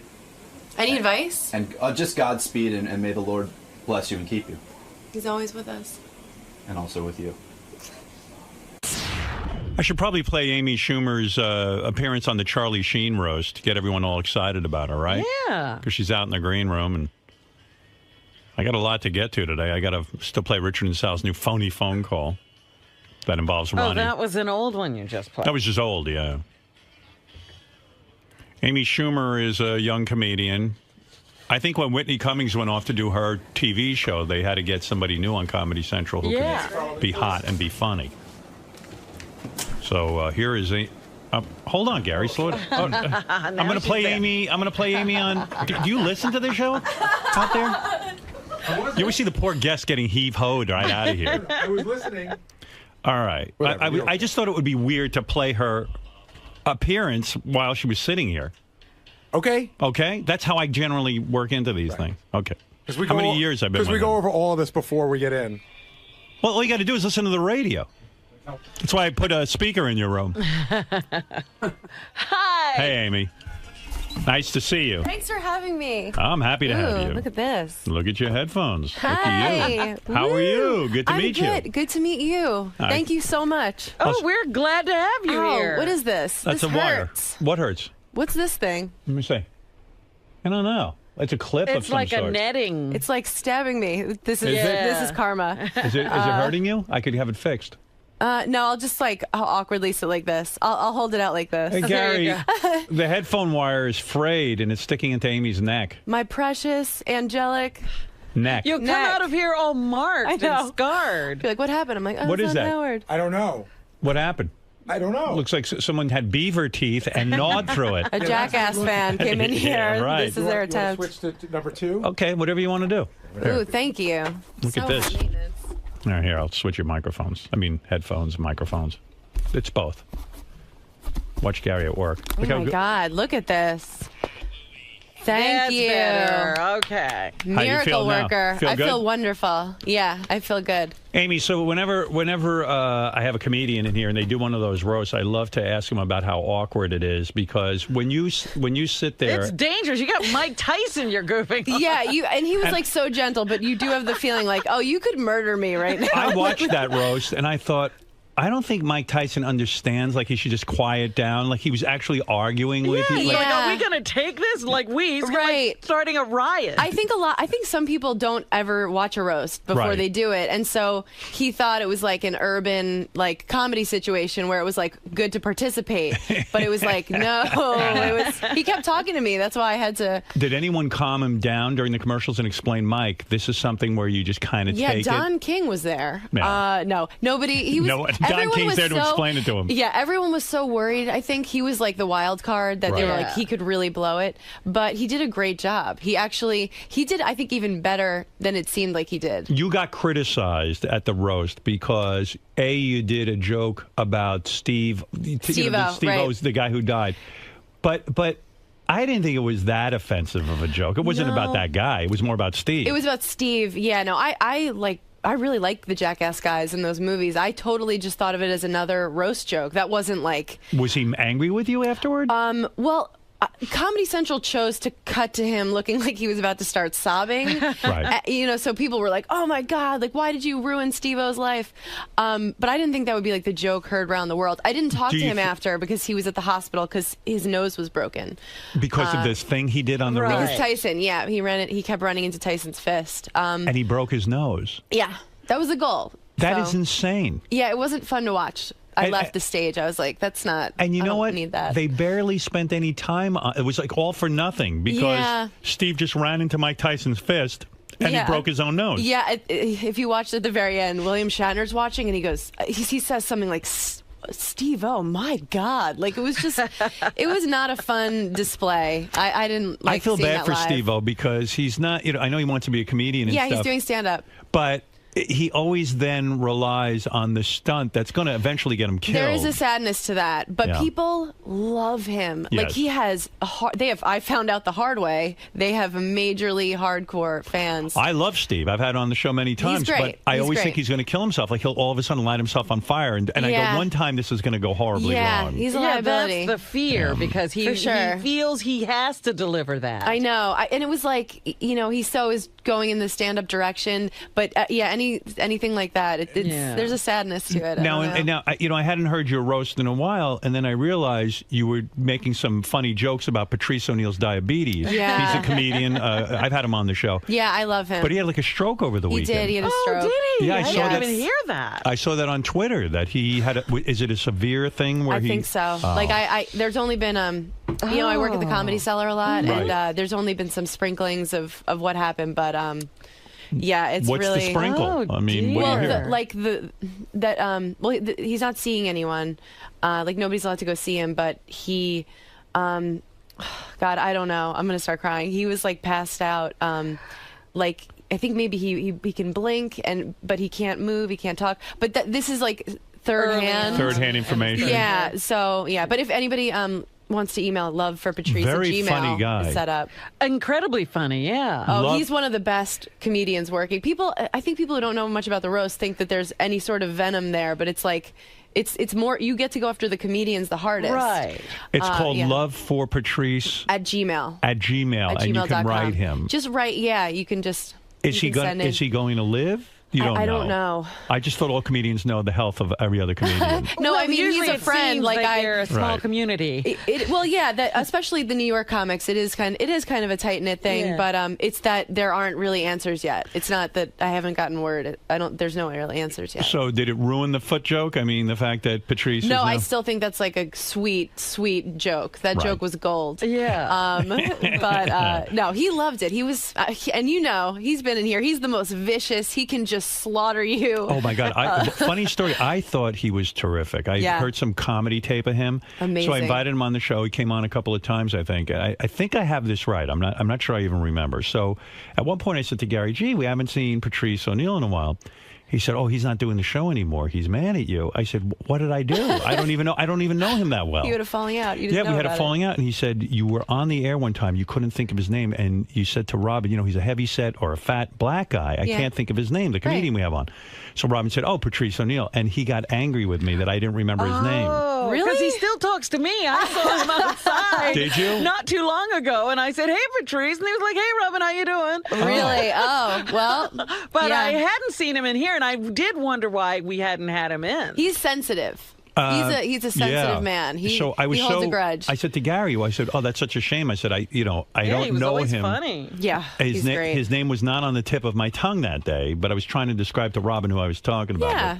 But anyway. He should understand that sometimes I have to remind Howard of my name. Yeah. Well, yeah, right. Yeah, who are you? You were great on the roast, Robin. Oh, thank you. Did you have fun doing that? It was a lot of fun. Yeah, right? A lot of fun. But it's tough. It's like all your worst nightmares as a child in school coming true. Was that the first roast you ever did for Comedy Central? Yeah, I found out 2 weeks before that I was doing it. So are you the hot girl who now gets the Whitney? Are you going to Thank take the you. Whitney slot? Do you get the I'll Whitney? take that slot for sure. You'll I'll take take Whitney's Lampanelli's slot. I'll take whoever's. Yeah, I bet she has a nice slot. So would you say that your career is struggling? Like it's a tough career because now Are you making it? What is going on? I'm here. Where are we at? You're I'm here. Now This you were looks on like Vegas. You were. It does, doesn't it? It's Yeah. really tacky. Set. You were, but don't say that because the guys are very proud of it. No, it looks It's brand new. amazing. This is a dream come true. I always say to any of the comedians, were there jokes that you were going to do at the Charlie Sheen roast that got cut? Yes. There were. There were. Would you share those with us? Yes, I will. I'll share Okay. some. Let's see. and I don't remember why these were cut. Some of them, like Harvey Levin, backed out at the last second. He was supposed to do it. TMZ guy. TMZ guy. Okay. Yeah. And did you know he's gay? Yes. Yeah. Oh, okay. I didn't We've know had that him until on. I was. Oh, okay. Okay. He just talked about cock nonstop, and Yeah. you're like, oh, wait a minute. It dawned on me. The whole time. It actually dawned on me that he was gay when he talked about cock for 20 Is that minutes. what led you to believe that? That's right. I said, Harvey, you are one tiny little queer. The only box you'll ever come close to are the 3 you stand on to see over the cubicles. I said, you've done more fudge packing than a Keebler elf who loves anal. I said, Harvey, you bottom-feeding, despicable Jew. And I can say that because I'm honest. Right. You make your entire race go from saying never again to, well, just this once. You should have been there. I know. He backed out. I was so bummed. That I would've was going been to go so after good. him. Yeah. Now, do you write these yourself? Yeah. Wow, that's hard, huh? It is. What is the process of coming up with roast jokes? What is the inspiration? Like, what do? You just sit? Do you sit yourself down in a room and go, I am going to think about Harvey Levin. About what's the meanest, worst thing? What do I think his deepest insecurity is? Right. Or just like my fat jokes about Shatner. I had originally written those for John Lovitz, but Lovitz looked pretty good, so I was like, I just kind of transferred them to Shatner. And then I found out while we were sitting there that he's like in his 80s. Yeah. And then I'm like, I'm calling this 80-year-old guy fat. But made it even give him a funnier. break. But he was a good sport. Right, yeah. right. But they cut out my Jeff Ross ones. Do you feel bad about making fun of people at all? Does it get? If I thought I really hurt someone's feelings, I would feel like shit. Do you come up with really mean jokes that are so bad that you go, I cannot say this on a roast? Yeah. But that's the process. You've got to let everything fly. Yeah. And then you kind of tone it which down. is weird because that joke, that Steve-O joke, I did not think that was going to be anything. You know, I didn't go into this roast like, I don't care who I hurt. I want to see my name in lights. I just wanted to do a good job and write jokes that I was proud of. The other one I thought that was really was the, those 2 women whose lives you ruined, your daughter. Yeah, that was good. Thank you. Yeah, that was a real good one. I thought that was one that would have gotten more flack. But How long you never does know. it take you? Like you get basically like 2 or 3 minutes on those roasts. Yeah. How long does it take you to come up with your roast material, your A game for a roast? Well, it's 6 minutes. We get like between 6 and 8 minutes, except Jeff Ross gets like an hour. Right, because he's so good at it. Yeah, he's the best. He's the best. Well, Geraldo was the best. Yeah. Greg Giraldo was great. Oh, God. Yeah. So I think I found out that I might maybe do it like a month before. So I just started writing, and going around trying my set out. When I found out I was definitely doing it 2 weeks before, I went to every club and tried out the jokes. Every joke, right. And Charlie Sheen is pretty easy. I mean, that's a lot to work with. And you don't feel bad doing it because his life is pretty awesome. Yeah. Right. Yeah. There's like not that much sadness to him. And I was glad he had us all over at his house the night before. Oh, really? At his manager's house. And he was just so cool. He just, I think, wanted to look us in the eye and make sure we weren't like, we're going to get you. That's kind of weird. I had no idea. Yeah, I didn't know that. What a preemptive strike. It was, I thought it was a great idea. It's just, because, But does that make you eliminate some of the jokes that the fact that you were at his home? Yeah, when Lovitz wasn't really fat, I eliminated those jokes. No, but I mean, did it make you eliminate any of your Charlie Sheen material because you were meeting him? Oh, no, not at all. I would think maybe that would ruin it ahead of time. If I was Comedy Central, I'd be like, no one's getting together the night before. No, they liked it. I think they're going to make it a tradition. I see. Because it's like, the way I felt about it was like, we're all kind of we're all doing this show together. We're all making this show together. What do you mean they decided to call you like a month in advance and say maybe you'll be on? Well, they shoot for the stars. Like, I think they put an offer out. They put out offers to like Johnny Depp. You know, they hope someone's going through a bad phase. Like they'll just catch someone having a meltdown. But is Johnny Depp really the right guy to have to one of those roles? You've got to be really He's professional. hilarious. No, I'm just kidding. I'm just Johnny Depp, I mean, would be a disaster. Although people are excited to see Johnny Depp, the movie star. People love famous people. Yeah, but I mean, you need a couple of views. I know you need comedian, like comics do the best on there, no question. They sweeten everybody else's set after the fact. But the comics, I think, always do the best. Yeah. But yeah, my favorite part of the whole process was running around getting ready. So what did they cut of you? What did you say about Jeffrey Jeffrey Ross that they cut out. Oh, they cut out all my Jeff Ross jokes. Really? I to intro to him, I was like, Jeff Ross is gross. I was like, but I mean, I could see a girl hooking up with you, Jeff. I would sit on your face just so I wouldn't have to look at it. That's good. Why did they cut that? I don't know. I think just for time. They like to see the stars. Like, I mean, and he's a star, but he's not Sheen. Kate Walsh she's had such a full life, but no one to share it with. She really proves that no amount of money in the world can fill the hole that her uncle used to. They said no. They're like, no. I'm like, okay. I don't know. I would have liked her. Right? Yeah. Why not? Yeah. She was cool. She's so cool. She would have been fine with it. Does it kill you inside when you've crafted these jokes, you went to comedy clubs, and then they go, ooh, and they stay on that piece of paper. You mean the audience or Comedy Central? Does it kill you that, like, you spent all this time working on a joke, and then suddenly Comedy Central says at the last minute, ooh, no one's ever going to hear it? Yeah, it hurts. Does, right? It's like a loss. Yeah. Yeah, because, I mean, you can't wait almost to deliver that joke. Yeah. There's so many changes last minute that I was like, oh, it's going to be like this. Like, I was supposed to go up earlier, and then they're like, you're going almost at the end. So it's all these things, and you're just like, oh, and they don't care about, they care about the celebrities. I didn't even get, like, my makeup touched up. Nobody told me the red carpet had started. I was like, anyone want my picture? And they were like, no, thanks. No one knows you. Do you have these jokes memorized in a sense because you've worked so long on them? Well, I only worked for 2 weeks on them, really. So a little bit, like I'd said them a bunch, but they're not on the tip of my tongue like my act would be. Is it your biggest fear that you'll craft a joke for the roast and then you're delivering it and then you stumble like over a word and then all of a sudden, like Sarah Silverman told me that's her biggest fear. My biggest fear is rape. Rape. Next to rape. Then, right after rape, a close second is no, not at all. I don't know. I don't think so. Would your biggest fear be getting raped at the roast? Yeah, getting raped on TV. And stumbling over your line. Yeah. Oh, my God. Speaking of rape. Yeah. So the one taboo thing they said to you, you can go do the Charlie Sheen roast, do whatever you want. But Mike Tyson, you can't mention talk about the rapings. You can't talk about rapings. Yeah, but we sort of skirted around that because once they realized, because it wasn't the network that said no rape, it was like I think Tyson's wife, or they were like, hey, can we just sweep that rape under the rug? Yeah. And we were all like, yeah, of course, we wouldn't bring that up. But one of my jokes, I just said, when you speak, you sound like a girl crying. Do you give yourself an erection? But he was like, he didn't even understand that. Yeah, it was that felt bad. That felt like like making fun of someone who was just like, what? Why didn't you say? The whole time he was saying, hey, are we going to take this? I was like, oh, that brings up the rape to me. I know. He's like, when should I start raping this girl? Shatner's like, I don't know. Why didn't you say to Mike Tyson, I know you said no to the rape jokes, but since when does no mean no? No means yes, Mike. Yeah. I wrote some good rape stuff that I had to cut. Losing the rape hurt. That really hurt. That was a good minute. That was a rape. Yeah, you got raped by the rape joke. Yeah.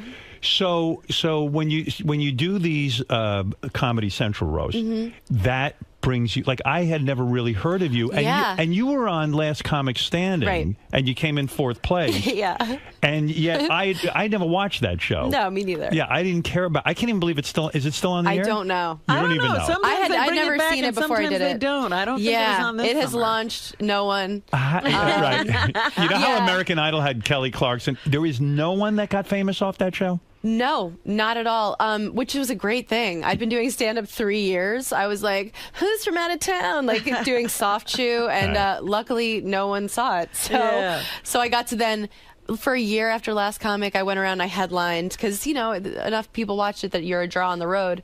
I really just got away with it. I'm surprised no one got their money back. And then I went back to opening for Attell and Norton and featuring and going on the road, and now I'm a headliner again. Yeah, right. Did you always feel that you wanted to be a stand-up comic? Was this something like was a burning desire? No, I'm looking to get out. I'm thinking about going to dental school. You want that sitcom? I don't know if I want that. I want to do work I'm proud of, like everybody, Right. But I love stand-up. Where'd you grow up?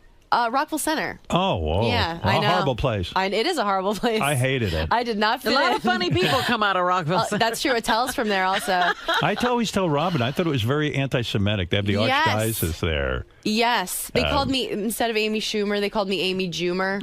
Oh, wow. I'm serious. And one day, it was like this summer day, and I was walking past this bodega, and That's a deli for. We don't know that. Yeah, right. I did Rosetta Stone, Right. and these kids they're like start throwing pennies at me, and I didn't even know that was like a. I was confused because they looked really mad, but I was like, "This is awesome!" You know? Hey, free money. Like well seen in Goonies. Hey, they like me. They really like me. Yeah, no, I dealt with total anti-Semitism in Rockville Center. They have that golf club and beach clubs where they're like, I'd have to change my last name so they didn't know I was Jewish. It's like the real deal. So how do you end up in stand-up comedy if you didn't fantasize about it? I was a problem child. Teacher's worst nightmare and class clown were like my little awards. Oh, really? Were you really a bad kid? Yeah, I had Saturday detention every single week. Really? Yeah, like Breakfast Club, Saturday What would you detention. do in school that was so bad? I was a huge wise ass. I would say the funniest thing I could think of. Like I just liked making myself laugh and making people uncomfortable. Right. I would always and I never saw the teachers as like these untouchable authorities. Wow. I'd be like, listen, Gil, I'm really bloated today. You know, I can't be in your gym class. Yeah, I was like, I know that you go home and you black out and you call hookers. Like, do I have to pretend because you're wearing a suit that I should respect? I just couldn't. Wow, so you were disrespectful. Did you go to college? Yeah. Oh, you did? Yeah, no, I wasn't disrespectful to the teachers that like treated you like a human being. Right. But, you know, the people who like just have, you know, personality disorders who take it out on kids. I like justice, you know. Are men really intimidated by you because That's you're... what I tell myself. No, seriously. Are they? Do you have a boyfriend? No, I'm you single. don't? You Yeah. broke up recently? Yep. Were you dating the guy who was on the roast Yeah. with you? Yeah, we were together for 2 years. Which guy? Oh, that guy? Anthony, yeah. He's great. The guy whose it name wasn't you bad. didn't know. Yeah, Right. like Vandersloot. Well, he has a rapey quality about him. I think that's why I was attracted to him. I always like guys that look like they could play. Is it weird to rapists date and Law & another? Order. Is it weird to date another comedian? It is he wasn't weird. competitive? We were never competitive. Luckily, we were both doing pretty well. Right. But Who's a better comedian, you or him? Oh, me. Right. Come on, let's be Clearly. honest. You're not going to date somebody better than you. No, he's a great comic. He Yeah. really is. Yeah, I would love to be like, he's never going to make it, but I think he's going to. So why'd you break up with him? Seemed like a happy couple, right? We were good. It was just we wanted way different things. I would have loved for us to have stayed together. What'd you want, marriage and everything? No. What different things do you want? I already have a ring. The Nuva ring. What was it? It was just, you know, we're both on the road so much, and I was like down to try and make it work, and he like wasn't able to give as much as I needed, I guess. Like what did you need? A text message once in a while. Like once a week at least? Acknowledge me when you're not here. Well, yeah, no. By the end, it was like I'd be like, can you text me after shows because we're both alone in hotel rooms and miserable. And it was like a parody of a guy like on a sitcom. Like, he was like, "You're suffocating me," and I was like, "What? Am I a waitress you banged in Fresno?" Hey, don't I know you? Yeah. So like you know. He's He young. wasn't for that. No, but I'm excited. I'm How old are excited to you? be single. 30. 30, and how old's he?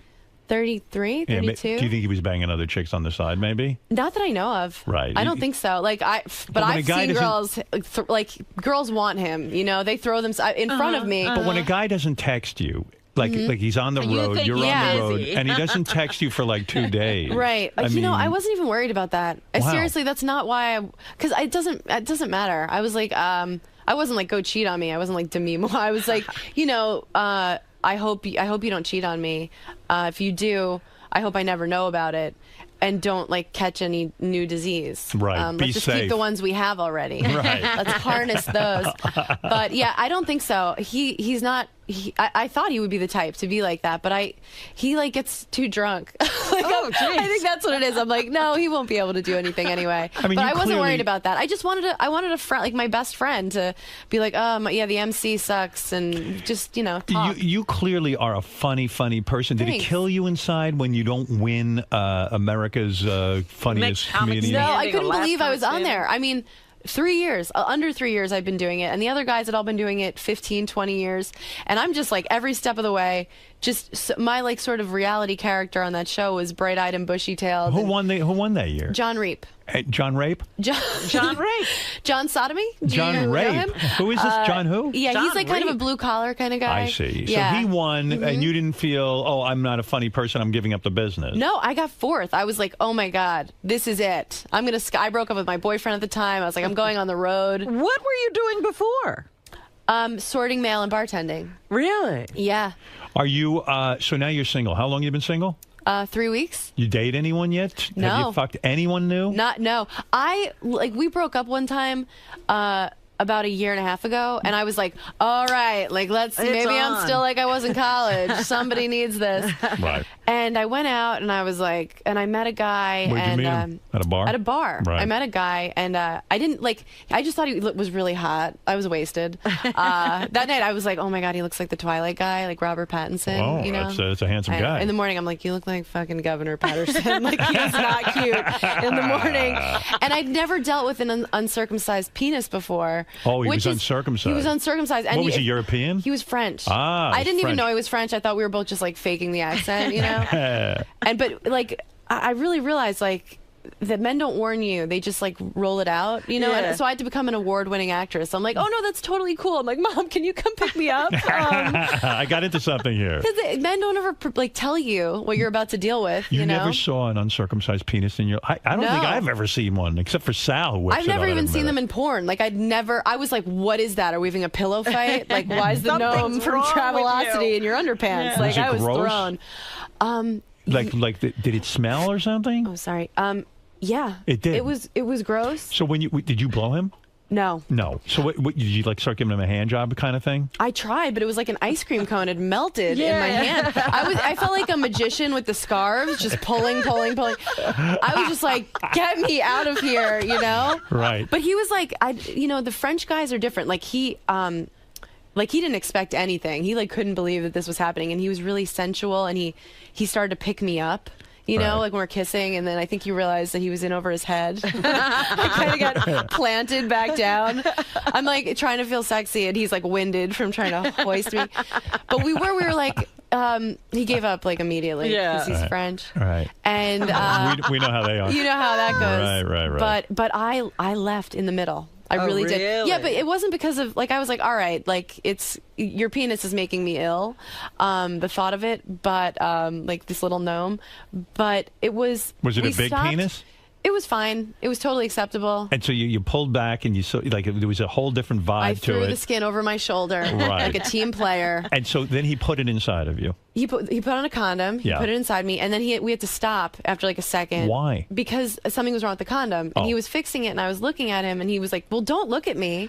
But he was like, "Well, don't," and I was like, "Ew," and I was like, "You know what? I'm sad all of a sudden. I miss my boyfriend. I'm gonna leave," which you can do as a girl. Yeah. Like if a guy's like, "You know what?" You're like, I mean, that's so. Do you ever feel as a girl like sometimes you have to say to the guy, "Okay, he was in me already. I should let him finish. So let him fuck me a little bit longer. I mean, we went this far."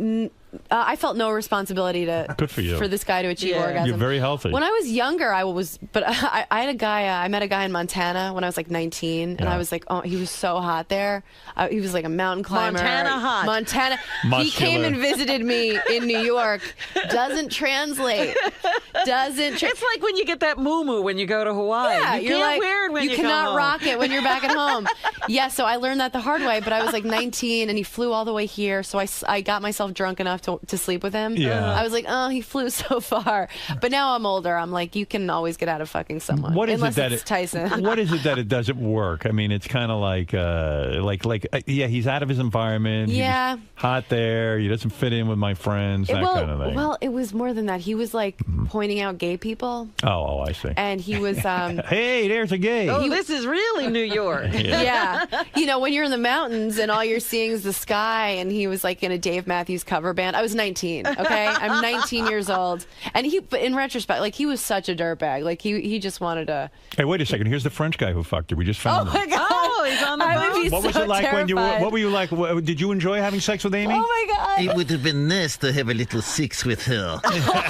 You were having sex with her. I was trying to have sex with her. Yeah, so what? Instead of throwing my foreskin over her shoulder. This is not sounding French. Condom.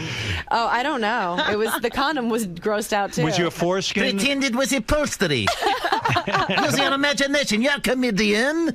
Oh my God, flawless French accent. Thank you. That's wow. I trained him myself. You're a dialect coach. That's I had right. no idea. So you were a bad kid who got in trouble at school. And then you make the switch to become a comedian somehow. Yeah. First time you get on stage, a disaster, I imagine. Where do you go to become a comedian? I went to Gotham Comedy Club. Yeah. It used to be on a different street. It was like small, and I just walked by. I'd done theater, like I majored in theater, Right. so I didn't have to get over stage fright. But I Where'd you go to college? Towson University. Where the hell is that? Maryland. Yeah. Maryland. Yeah.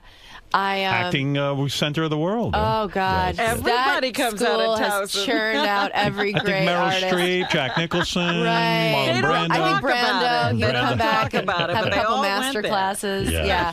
So you went there. Charles Dutton, guys. Anybody? Oh, boy. Rock. And then you got up on stage. Yeah, I tried it. And you killed, I bet, the first time. The first time, yeah. Did you have material when you got up on stage? I walked past Gotham and it said, if you bring 4 people, you can get on stage. So I called, I'm from not far away, so I called people. They came in, and I wrote horrible jokes and delivered them like I was Seinfeld.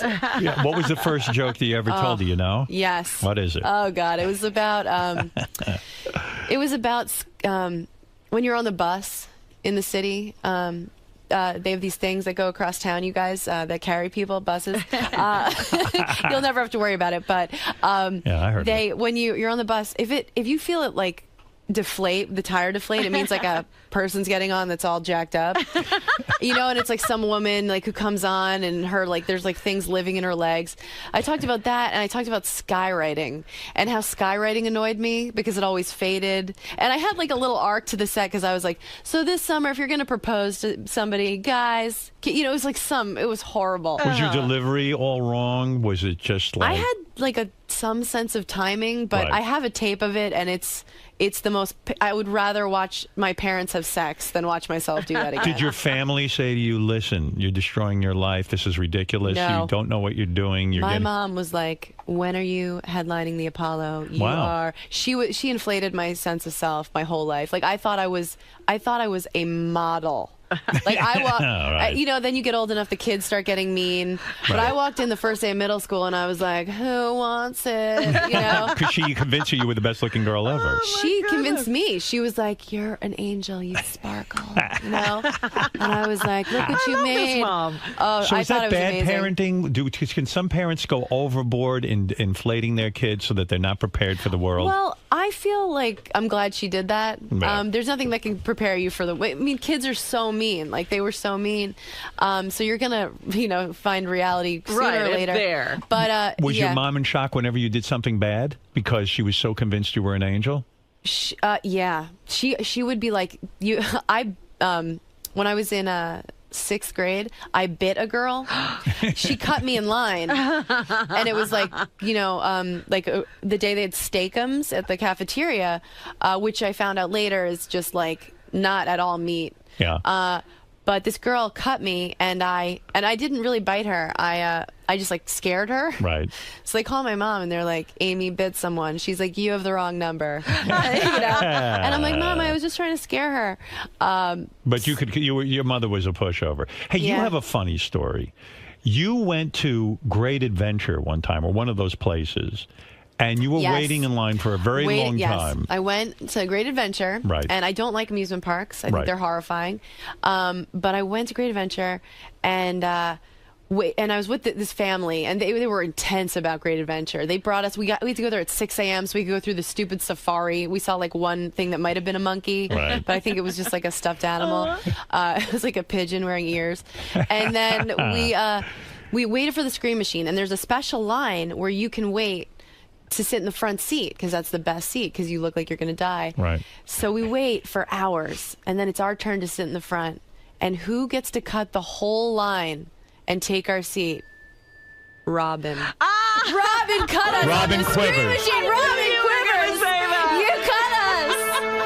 Yeah, you evidently. Human being, and we're all going, Robin, we've been Did she waiting. get booed? No, everyone was really excited to see her. She knew everyone loves her. She smiles, and everyone. Great Adventure was a sponsor of ours. I remember this, and because if you were a VIP, so to speak, you got to cut in front of the they had line. somebody bring me around to every ride. Right, so you don't. It was way more exciting to see you than it was. No one was pissed. Everyone was like. Well, it's funny because they were a sponsor of ours. So Gary gets told, "You can go to Great Adventure. You'll be able to cut in line." Yeah. He brings his wife, his 2 kids. They go. He cuts right in the line. He said he got booed so badly.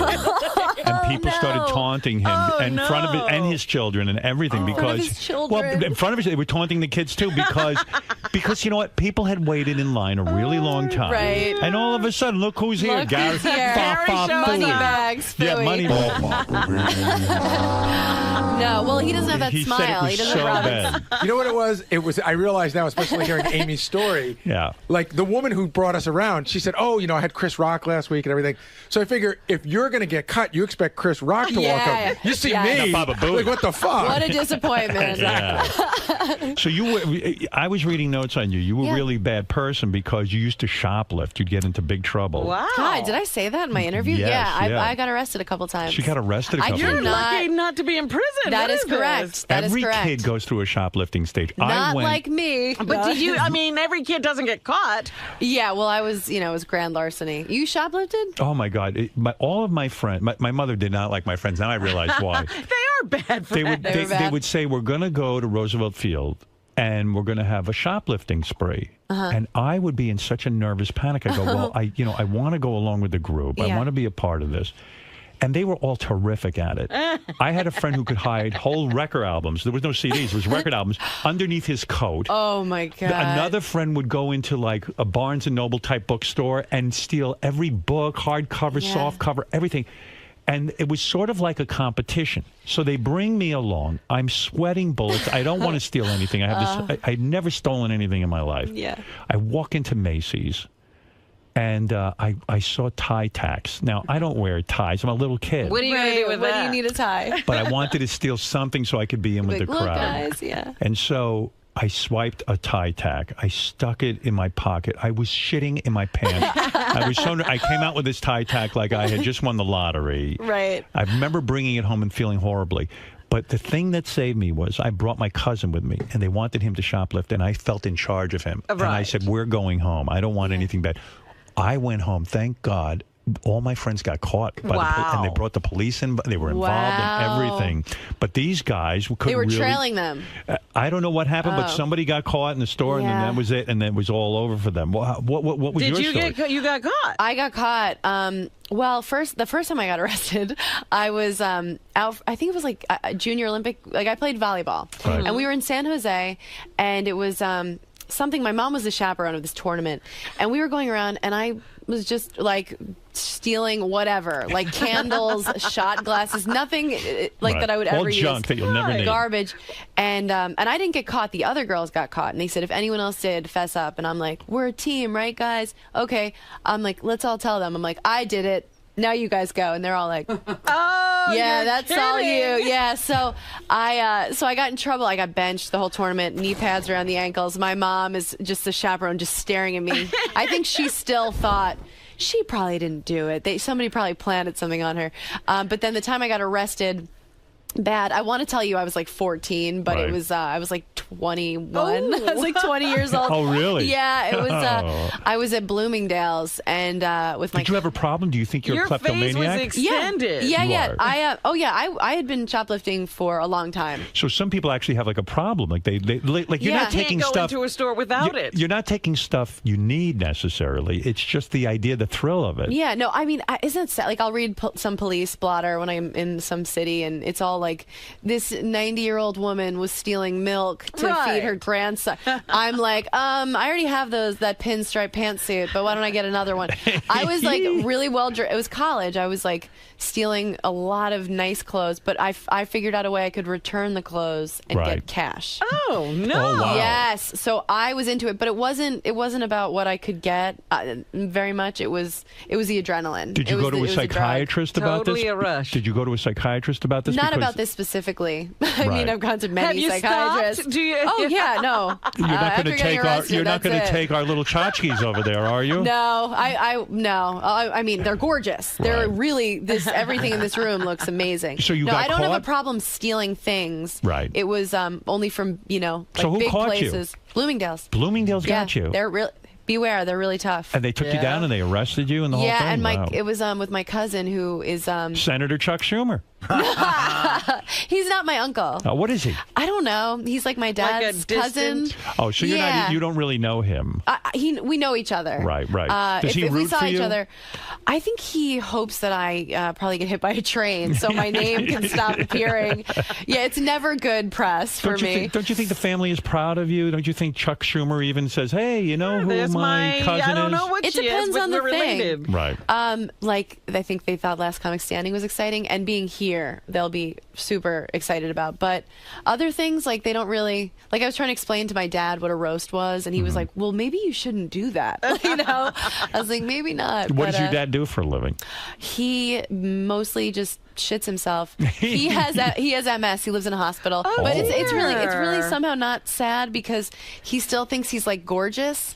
Like he's trying to get me to help him set up a Match.com profile. Wow. Like, I'm like, what do you want me to write? Like shits himself and has no memory. He's like, that's perfect. So your parents are divorced? Yeah.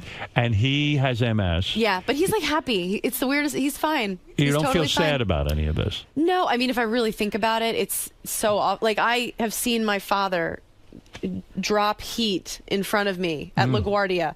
It was the worst. I was going to spend the summer in Montana with my brother, and he was like, it was when you could still walk people to the gate of their plane. And my dad was like, I'm going to walk you to the gate. Like there were we knew it was getting worse. So we like went surfing for the last time together. Like we, all these last things. And that was I'm really gonna cry. sad. Do it, please. I want you to cry know. now. Let's see it. No, She's a but- bullshit artist. She's not crying. Right. Yeah, she's like, I'm going to cry. Can I have another latte? Yeah. Let me wipe my tears with this That's very 100. heavy to go surfing with your father for the last time. That was really heavy. Are you waiting for the big call from Saturday Night Live or something? Like, did you ever fantasize about being on there? Oh, yeah. Did you audition? No, I've been asked to audition. I'm like, trying to get better, and I'm an actor, but I don't really do characters. But I'm not like, my goals change so much that I want to keep getting better at stand up, and I'm getting more acting work the past couple years. It's been really good. In other words, you still enjoy doing stand-up. A lot of people, like I saw Eddie Murphy on David Letterman, who I think is one of the most brilliant stand-ups. And he was like, at 27, I was done with it. That's it. I never wanted to do it again. I can't imagine that. I mean, that would be fine if that ever happens, but I can't wait to get on stage every night. Yeah. But it some sucks guys traveling. I mean, everything other than the actual stage time is awful. Like, it's really depressing. Especially for a girl, because like guys at least go on the road and get laid. They'll get drunk. They'll get laid. After the show, I'm like, I hope no one says anything too mean to me. I'm like selling my CDs. I'm like, everyone has something. They'll be like, they'll think it's a compliment, and I'm like, they'll be like, you're a lot thinner in person, and I'm like, did you think that I wasn't going to hear that? Like, well, on TV, you're a fucking beast. Do guys hit on you at all at these clubs? A tiny bit, but they don't do it well. You know, they'll like come up and try and like make a joke. I would love to like meet a guy and be like, let's check out the Best Western. You're a successful stand-up comedian. Can you make a good living doing it nowadays, or is like income gone down because everyone's sort of hurting? The economy. No, I'm in a good position. I'm not rich. I live in a studio and ride my bike everywhere. What kind of living can a stand-up comic who's really headlining now and doing a good headlining now on TV a little bit? Yeah. You can make 100. Can you make 200? Yeah. Yeah. Wow. So you could have a good year, make 200 grand. Yeah, totally. And you travel. How many days a week you got to travel? I'm usually on the road 4 days a week. Okay. I'm trying to do it less. I'm trying to only go out maybe 1 or 2 weeks a month. Right. But the bigger you get, if you do a couple more of these Comedy Central then things, you get to do a theater. Right. And then suddenly the world is your oyster. Oh, you have a private jet. There is no road. You get to fly home, sleep in your own bed. You'll never drive have yourself sex with again. your own wife. So what's the goal? You want to be the world's greatest stand-up? No. You just want to make a living being a stand-up. You want to get more acting work. Yeah, I want to develop. I want to make... What's the best acting job you've had? I just did a movie with Steve Carell. Oh, no kidding. Yeah, it's called Seeking a Friend for the End of the World. That's a big deal. Yeah, and I'm developing a show with Comedy Central, and CBS just bought a pilot. Oh, very nice. I'm making moves, and I'm going to be on this show that's on Adult Swim called Delocated, and it's the funniest show I've ever seen. So this is it for you. You're on your way. I'm trying. I want to just, like, you know, like, what do you think? Don't you just have to keep making it interesting and fun for yourself? Yes, you do. You Right? do. Yeah, That's otherwise you go insane. Let's go to Rick. We're on with Amy Schumer. Her album Cutting is available now on iTunes. Are you referring to the fact that you cut yourself or something? That my cousin did. Yeah, my sister did. Your sister was a cutter? Well, that's what the joke is on the album. Oh, that's funny. What? Yeah, well, the way I get off stage is I say, I'll leave you with this. My little sister, used to cut herself.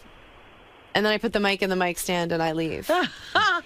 And that's the joke. That's the end of my set. After I spend an hour with these people, I leave them with nothing. Is that a reality or is that a joke? It's a joke. It's a joke. I'm not clear, but I won't press you. No, on that. my sister's a school psychologist doing really well. I see. Okay, very good. All right. Well, that's what happens. If you do cut yourself, you become a psychologist. Rick, go ahead in Pittsburgh. Hey, thanks, King. Amy, were you spanked growing up, and do you think you still deserve a spanking for all that shoplifting you did? Well, thank you for asking that. All right, that's Richard. but it is an interesting question. You know I what? was spanked growing up. And fully nude? Yeah, and once in a while a finger would slip in, and I'd be like, wait, is this punishment or not? Who was spanking you? Your Mom dad? spanked me. Your Dad mom. spanked me once because Mom made him, and he cried the whole time. But they didn't which make was you, really awkward. Did they make you pull down your pants and get spanked? I don't remember being ass out. Luckily, I was at an age where but I like totally had it coming. If they hadn't spanked me, she remembers. I what about loved that every sexual? second of Because it. I find you a very intelligent woman, Thank you. a very bright, sexy woman. But I could see where a guy gets intimidated because let's say we get in bed and then I want to spank you or something like that. I would think, oh, she's going to think this is funny. She's going to make jokes about it. I mean, I have no jokes in the bedroom. You are able to I am turn it off. dirty, and I have no jokes in the bedroom. What does it mean you're dirty? I like having fun in Not bed. anal. I've never had You anal. talk dirty? Yeah. Oh, you do? I like being talked to. I like talking. But I dated a guy. Yeah. The last guy I dated, he needed, like, the sex got really weird really fast. Which I guess it has to. Because if you don't enter that stuff in early, like, after 5 years and you're like, it's hard to put well, it you in. wear this rice patty hat, you'll be like, where's this coming from? But, so it got to a place where he wanted to watch me watch porn every time, and he needed me to talk constantly about things I'd done. Oh. So at a certain point, like, I ran out of shit. Like, I started lying, and then he because started... you're not that sexually experienced. I mean, there's only so many experiences. There's only so much I've done. Yeah. And then, so I'm, like, making up stories, and then he started, like, fact-checking. He'd be like, wait, you said... I'm like, fuck you. I haven't had a new story for, like, a year. Right. It was exhausting. Tell me the time that girl came on to you. Yeah. And, I'm like, right. do you really think any of this happened? At It's like some whenever I point- start dating a guy, I always pretend like maybe I'm like, I don't know, I've thought about a threesome, but... And then 6 months in, I'm like, I'm not doing that. At That's some weird. point, I mean, at some point, You just gotta like having sex, it can right? get, it can get, exactly. Yeah, it can get like, what weird. about just fucking each other? Yeah, doesn't it What feel happened good enough being What inside of happened me? to penetration? Yeah. Come Do you need on. a lot of foreplay?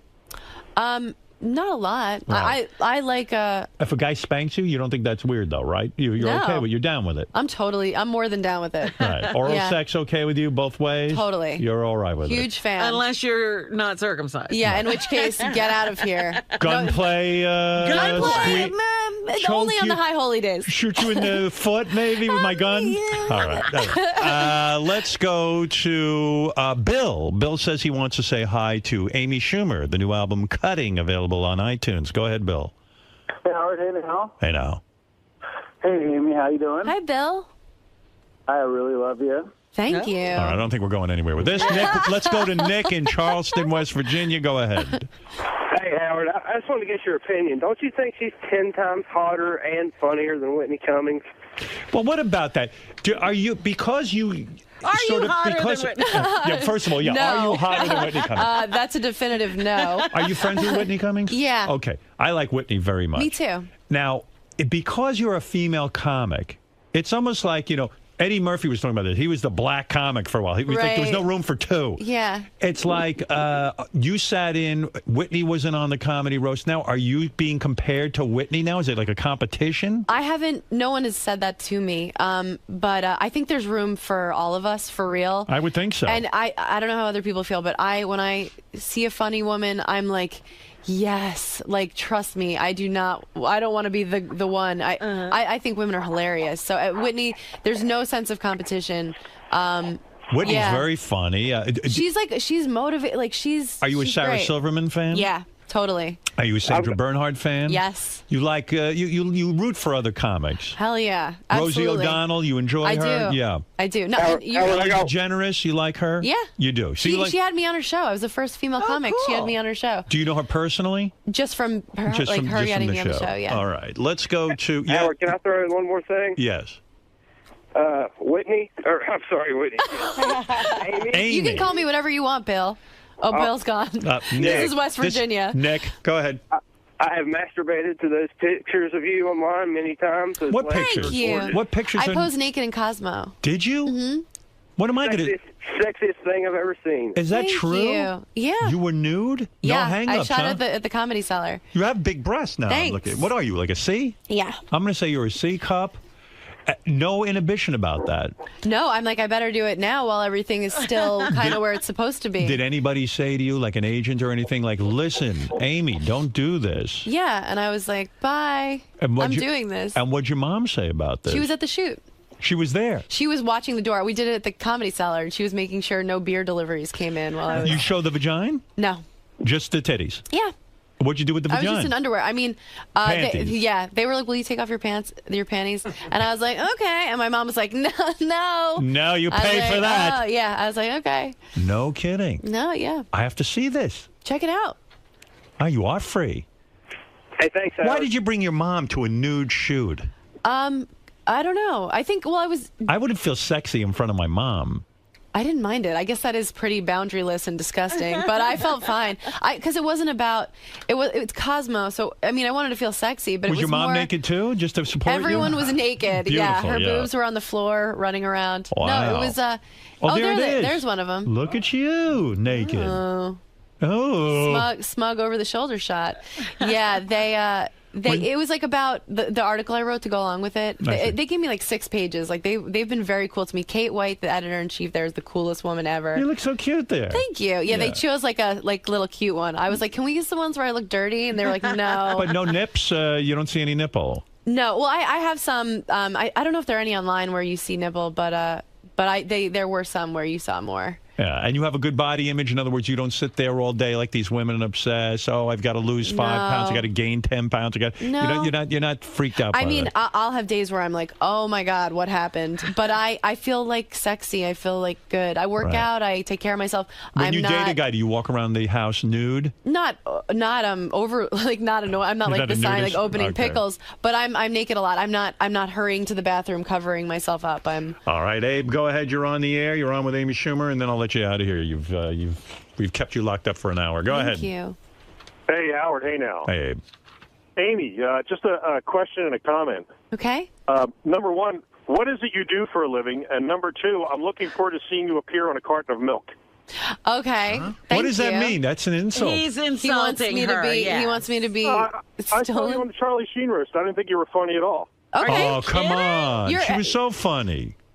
Oh, yeah. Her joke about... What about her talking about her dad? How much darker does this get? Oh, yeah, the joke that she made about Steve-O's buddy... That was not a you're bad joke. upset about that. Well, let's talk about it. I Go mean, ahead. let's talk about it. What made you upset about me saying that joke? Let's talk about I thought it was tasteless. It hurt your feelings. You thought it was too No, it soon. didn't hurt my feelings. I just really thought it was tasteless. Okay, you're completely entitled to feel that way. I didn't say it with any malintent. I didn't think that it was going to hurt anyone's feelings, but I understand you feeling that way. That's okay. Okay. I mean, I'll tell you that. You're cute as hell. I'd love to bang you. Thank you. Well, that hey, means the that's world. nice. That's something. That means the world. By the way, I Thank should you. tell you, this guy is Anthony Jeselnik, the guy you date. Yeah, so go ahead, Pat. Pat, you're on Hey, how you doing, Howard? Hey, now.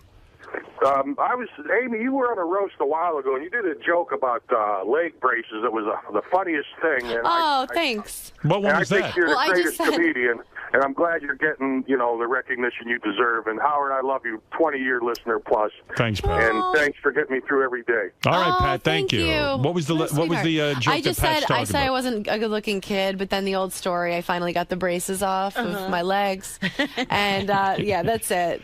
But that's really nice. Well, Amy, I wish you the best. Thank you so much. It was great having you here. Thank you for having me here. This the is a album dream. is called Cutting. I enjoyed your performance on Charlie Sheen Roast, Thank and you. I wanted to meet you, and I'm glad you came in. I think you're great. Thank you. Amy Schumer's album Cutting is available now on iTunes. Don't miss Amy November 5th at the Varsity Theater in Minneapolis. It's going to be a big show. Well, there's a theater. Big All right. show. You sell your own merchandise after the show? Yes, it's the worst. Is that the most embarrassing part of being a comedian nowadays? It's like the red light district. In other words, you get off the You're show. up on the stage. I mean, you're on the stage, you're the big star, and then you what? You walk to the back of the club. Peddling my wares. And you It's so stand there- humiliating. Can you get someone to maybe do that for you, or Yeah, but then, then what it's- items do you have that you sell? Oh, I just sell a CD. Just a CD, no CD T-shirts? and my hypercolor T-shirts, my Your clothing line? boxers. Yeah, no, I've got so nothing else. Do you have a booth? You set up a little booth, They'll have like some table, and they'll just have my CDs there waiting for me. and you'll sit there. And I sign it. Yeah. And do you bring change and things with you so you can? I'm the worst. Yeah. Like when I did the last Comic Standing tour, I sold a CD that I would just burn on my computer, and I would sell it for $5. And sometimes I wouldn't have any more CDs, so I would sell like the cookies that they left in the green room. But That's no, funny. I'm not good at marketing myself. Is it worth how much extra money can you make a night? Is it worth the humiliation of sitting there and having to sell your own CD? I can make an extra $700 a weekend, Oh, wow. and that's a lot. That's a lot of money for me. That's big money. But it really doesn't feel worth it. It is a horrifying, embarrassing thing. Do you bring your own credit card machine? I mean, how does it work financially? Like, how do you No. like? Let's say someone I'm buys. standing there. If someone buys, I don't know how much a CD is. How much is $20? Yeah. And they say, "Look, I have 100. Can you break it?" I'll say no. Can you go to the bar? Sometimes see. people be like, I have to go to an ATM, and then they leave their date there with me, and they're like, "So, where do you go next?" And I'm like, "I want to kill myself." Now you've got to I wanna- entertain this person. It's because you've just expended so much energy. You know, you put so much of yourself into it. The last thing you want to do when you leave is that, so right after the show, I have to be Also, like tap dancing. I would think, to build up your star quality, to see after you've killed on stage and you've done your thing, to be sitting there hawking your wares, so to speak. It's not good. Wouldn't it be good if the club could just provide someone for all the comics that would sell? I guess you can. But then people feel like it's mean, and they want a picture, and they want to meet you. So it's like, Right. okay, All right. let me do that. These people came out, they spent their weekend night with me. But I don't know. Sometimes it wouldn't be as hard if people didn't have Believe all me, the backhanded compliments. After my show, I stand in the serious lobby. I'm selling CDs too. Amy Schumer's album Cutting is available now on iTunes. And by the way, for all things Amy, go to amyschumer.com. Thanks for coming in. Thank you Amy. so much. That was fun. Thank you so much. I had a good time. I Oh hope you man, did. so did I. Thank you Great so meeting much. you. Amazing meeting you. Yeah, Thank you. it's a lot of fun. Thanks a lot. You're so funny. Ooh, thank you. Yeah. I get the. I used to get the. Hey man, your teeth aren't that big, and I'd be like, thanks. Yeah, you're like, oh wow, that's so nice. Yeah, Thank you so much. Amy, I knew the whole time you were doing knew I was that gonna great say that? adventure story. I was only there twice. I was like, this is gonna be it. But we were so excited. But I was just like, we were like, hey, what? Oh, we were excited, and we have the picture because we sat right behind you. So there's a picture of us with you on the screen that's machine. hysterical. Yeah, it was really My ridiculous. goodness. Well, you were great. Thank I love you. the roast Thank stuff. you. And it was a pleasure to meet you. You too. Thank you so Okay. much for having me. Amy, well done Right. today. Yeah, was it good? Yes, absolutely. Okay, good. Usually, you can sort of gauge it, I think, by how long you're in the studio for. Oh, do some people go in and out? Yeah. But that was good though. Yeah, that was nice. Oh, good. A nice slow roast, an hour. An hour. So really cooked in there. Thank you. Thank you. Yeah, I think so. I'm glad that there was one caller that was mad because it was like, okay, good, so it's not all just fun and games. I'm like, okay. Yeah, you got the full Stern Show experience. Yeah. Now, why is coming here like the mecca for comedians? Because Howard's not a stand-up that? guy. I think just because he's so honest, he doesn't blow any smoke. So, if he likes you, he really likes you. He doesn't need to pretend. Right, so he's not shticky like some terrible comedian. Yeah, he doesn't need anything from anybody. So it really comes just from a place of him enjoying what you do. So it's like the biggest compliment. Cool. And I look forward to your next appearance, and hopefully we can talk more about Uncircumcised Frenchmen. Yeah, let's get back to that. Yeah, I wanted to know more. Let's get back to the rape.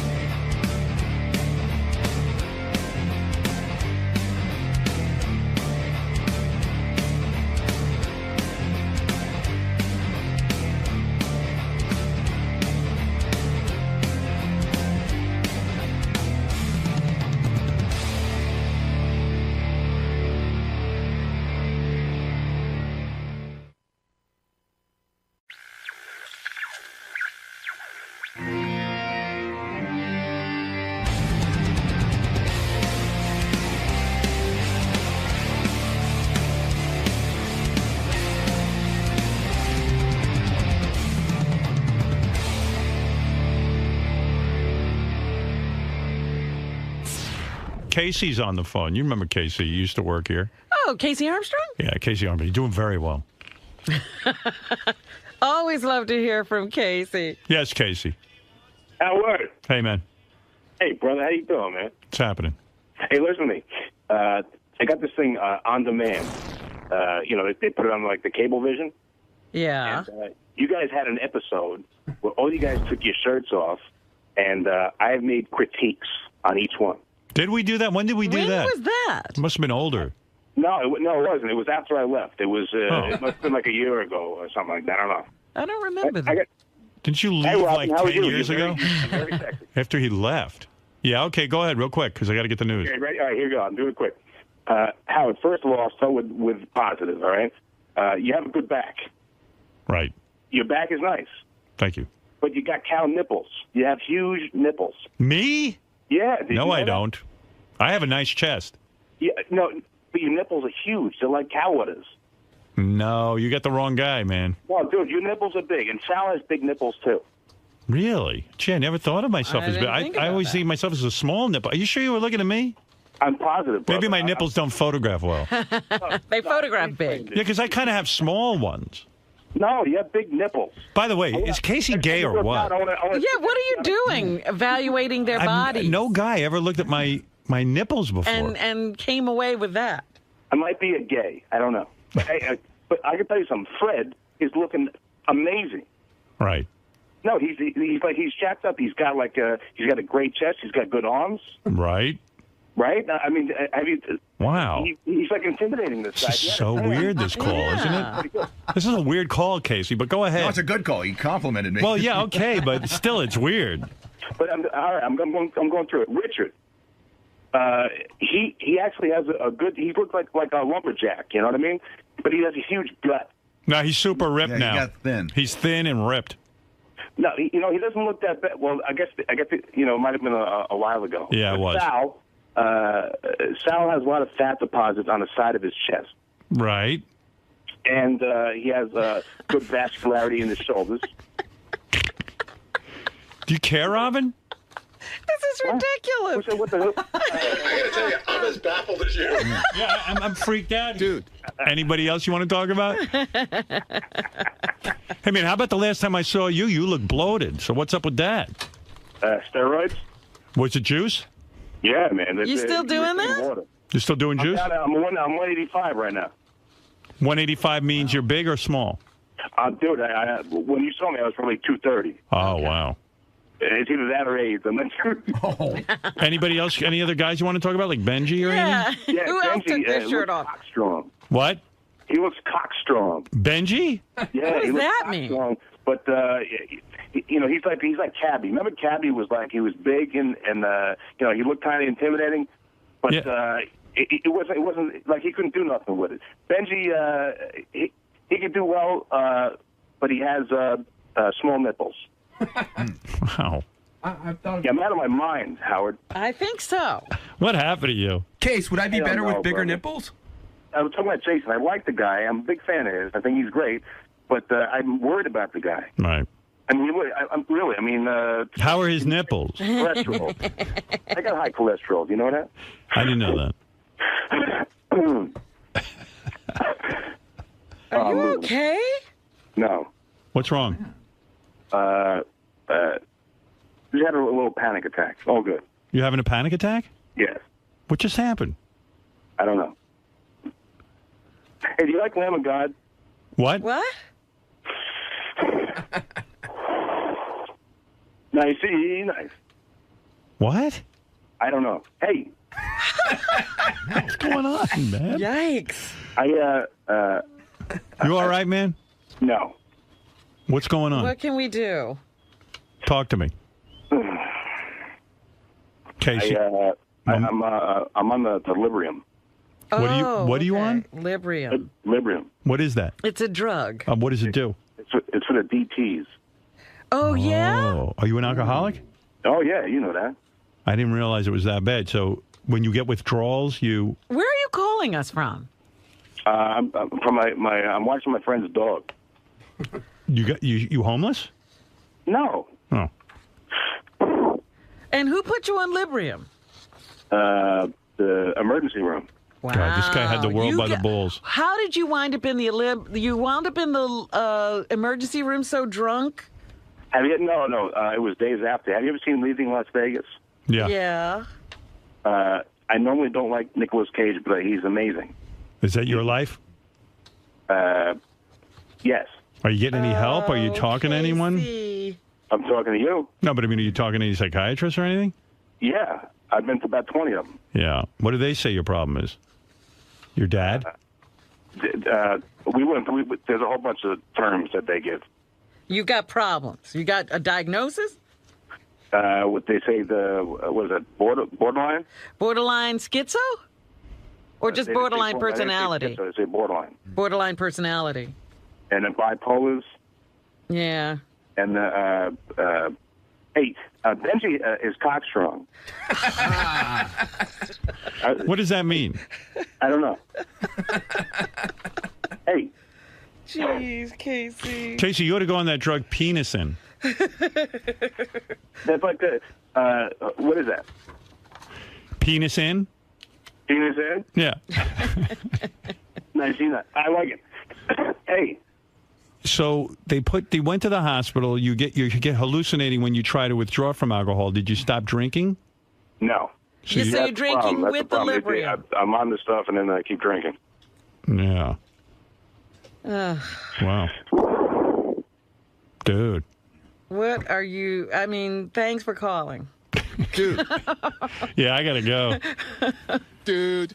Anything you want to promote real quick? No, not at all. I'm actually going to L.A. in 2 days. What? I'm going back to L.A. in 2 days. Where are you now? I'm in New York. Oh. Oh, I didn't know that. Yeah, I'm back in New York. Don't come in here. You're not going to invite him down? No. Dude. Hey, is Benji cockstrong? Case, is Benji cockstrong? I think Benji is cockstrong. I don't know if I mentioned that. Yeah. And you have big nipples. I do miss Casey. He was fun when he worked here. He was amazing and but he just went crazy. Very, very concerned. Yeah. Sorry to hear all these problems, dude. You had the world by the balls. You know. So this is one of the best looking guys ever. Did the doctors put you on the Librium here? What? I'm very happy. Did you fuck any more trannies? You know, that hurts, Howard. And not That's really the gonna only respond to thing? that. You're not? Oh, jeez. What is this coughing thing? I don't know. Do you still go to the gym even though you drink like a fish? Yeah, I'm dude, I'm ripped. Really? Have you got 185. Are you talking to your mother? Have you seen her? Love her. Good. Okay. Right. And what does she say about all this? Well, she does the best that she can, and but I make my own decisions. Sure. You're making some great decisions. Hey, did I mention that Benji is cockstrong? All right. Hey, listen, Case. It's good to hear from you. Good hearing from you, my man. Wait a second. David Arquette wants to talk to you, okay? Yeah. Hold on. Let me make sure I don't lose you. Go ahead, David. Hey. Hey, now. What's up? How are you, Casey? Hi, David. How are you, sir? I'm good, buddy. By the way, everyone has to vote for David Arquette. We voted for you last week. Hey, thank you, guys. Yeah, and is Courtney going to stay home this week? No. Yeah, Susan's hot, bro. Hey, man, but I was just hearing you, and, it sounds like you're going through a hard time. I'm looking for a little bit of God's mercy. Yeah, well, you're on the right track. I mean, you could do stuff to, get your stuff together. You just start facing some of the shit you're going through, really look at yourself. And there's ways of doing that, and there's places you could go to get some help. Have you gone anywhere to get help, Casey? Too many, yes. Yeah. Well, it's time to go again.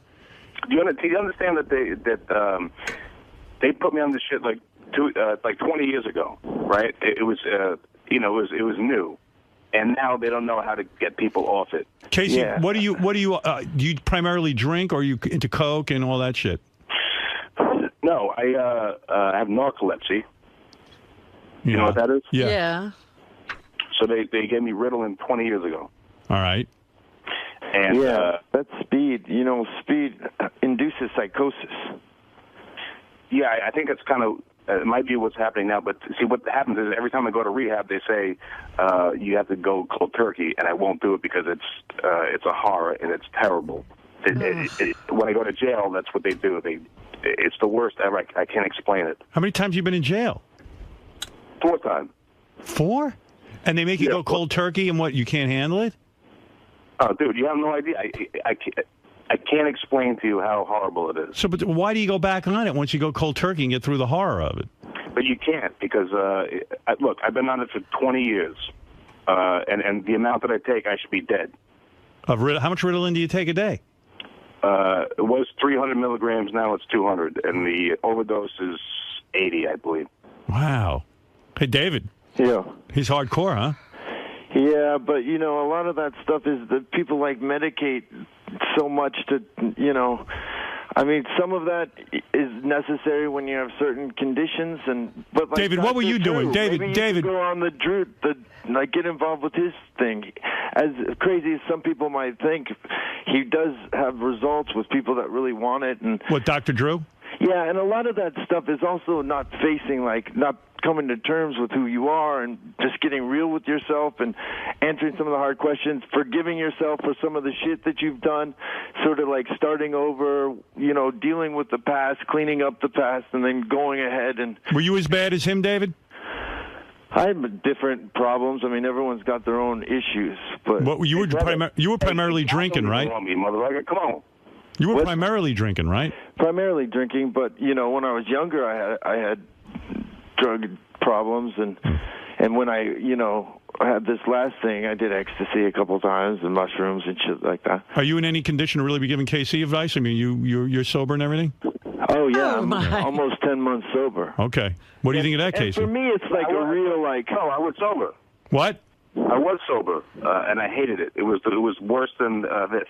What are you talking about? He wants to be a drunk. He never was sober. When were you sober? I went to rehab. Don't you remember? I went there. I was sober for 4 months. And you hated it? I hated it. It was the worst possible thing ever. Oh, my. Did you do anything to, like, you know, try to, like, face...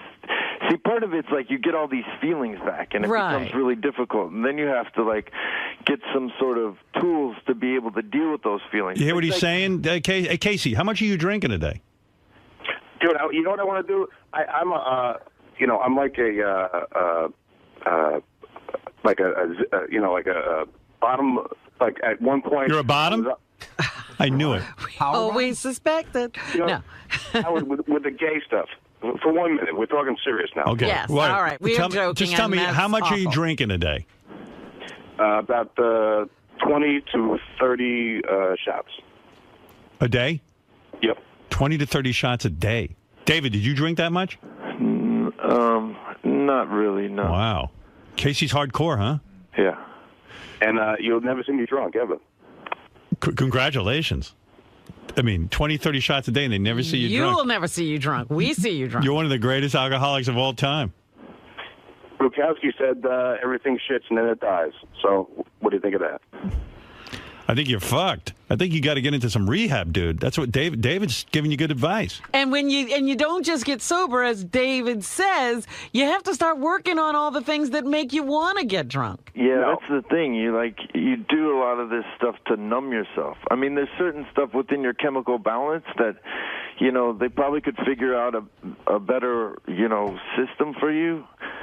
I don't take anything personally, and when I went into rehab, I refused any kind of, like, the stuff that they give you there to kind of wean you off and all that stuff, but bro, they won't, though. That's my problem, because... Well, you probably would need some kind of program to, like, you know, put little medications together to just keep you stable. And you know what's crazy? KC has such discipline with his eating and with his gym and with all that. But it doesn't matter. And then you would even think, with all that vanity and working out and stuff, he would, like, lay off the sauce. No, I'll go to the gym hammered. Wow. It doesn't matter. But here's the problem, David. You probably know what I'm talking about. What they're going to do every time I go to the rehab. I've been there a bunch of times, and I usually end up telling them to go fuck themselves because what they say is you have to go cold turkey. They don't wean you off. They have nothing to give you. So there's no way out. Oh, dude, you could do it. You're a strong young guy. You could get off it. Howard, I can't explain to you. All right, so it's uncomfortable. You just do it. It's not uncomfortable. It's dementia. What happens is you think that you're gonna die and that nobody can. But how long does that last? A couple of days? No, it lasts until you start taking the shit again. Oh. It depends on the rehab you're going to. That's why I think like Dr. Drew's got a solid like group of doctors and things going on. Like they know how to address that if you have any mental issues that you need sort of mood stabilizing stuff. But some of the other stuff that you're probably overdoing is probably, making you. Did I just hear a clown horn? I was going to say, that's perfect, David, while you're giving advice. Well, David, that's David's technique. He entertains you. I've seen him, and it looks like he knows what he's talking about. But he knows. Even if I went to him, they would say, look, you stop this cold turkey. This is what it says in the book, because they have no idea what the fuck to do with it, because it's so new. They have no idea what this shit does to you. Yeah. All right, look, we're not going to get this solved now. Casey, get yourself to fucking rehab. Go to Dr. Drew or somebody. Yeah, don't go back to L.A. Yeah. Go to rehab. Just start getting honest with yourself. And then, try to, like, get just move in a better place. Well, I'll tell you what. You know what? The only thing that this has given me is make me become an amazing actor. Nice. All right. Listen, Casey, I got to go. Hey, David, I got to go. I got to go do the news. Guys. All right, later. We will be watching you tonight on Dancing with the Stars. Thank you. All the best, Casey. Am I going to see you tomorrow or something? I'm coming in next week. So next week, okay. I'm coming into town. So. All right, good. I'll see you next week, David. Casey, take care of yourself, will you, pal? Really, get off that shit. You got the discipline to do it. It's enough. I'm going to L.A. and it's unattractive. I'm going to pose nude, and my mom is coming, and she's going to put her hand over my private parts, like Amy. All right. Listen, go get some help. I mean it. Stop the nonsense. You can get off that shit. You're going to get big tits like me if you don't calm down. No, just nipples. Your chest is good. It's the nipples. All right, Case. Thank you. Did I mention Veggie's Cockstrong? And thanks to David Arquette for calling in and trying to help Casey. Goodbye. Guys, bye. Very depressing. God damn it. What, Casey? That was... It was bad? What? Hello? Oh, he's gone. Now he's going to beat himself up for a bad appearance. It was a great appearance, but I'm worried about the guy. I like him. Yeah, Ralphie, go ahead. Hey now. Hey now. That really was the most bizarre call from Casey. You're talking about a bit you did 2 years ago. I know. Current.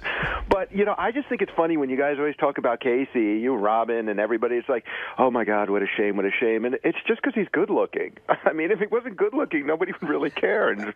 Yeah, in a way, you're right. You're absolutely right. If he was a mess, we'd expect this to happen. Expect that. It's like, wow, he's good looking. The weird thing with Casey is the guy works out so intensely, and not only that, he looks like a supermodel. And it's like, wow, how could a guy that disciplined and that into his look be into that drinking and everything? You're thinking of Casey, when he used to work there. I don't think he, he's been that guy. Yeah, I think he's got some miles on him now. Oh yeah, he's not looking that good. Well, you said like when you saw him last time, he's bloated. He was a little scary. Yeah. Yeah, he's frightening. I hope he pulls it together. Good looking or not. I mean, I did like the guy. The guy worked with me so many years. He's a good dude.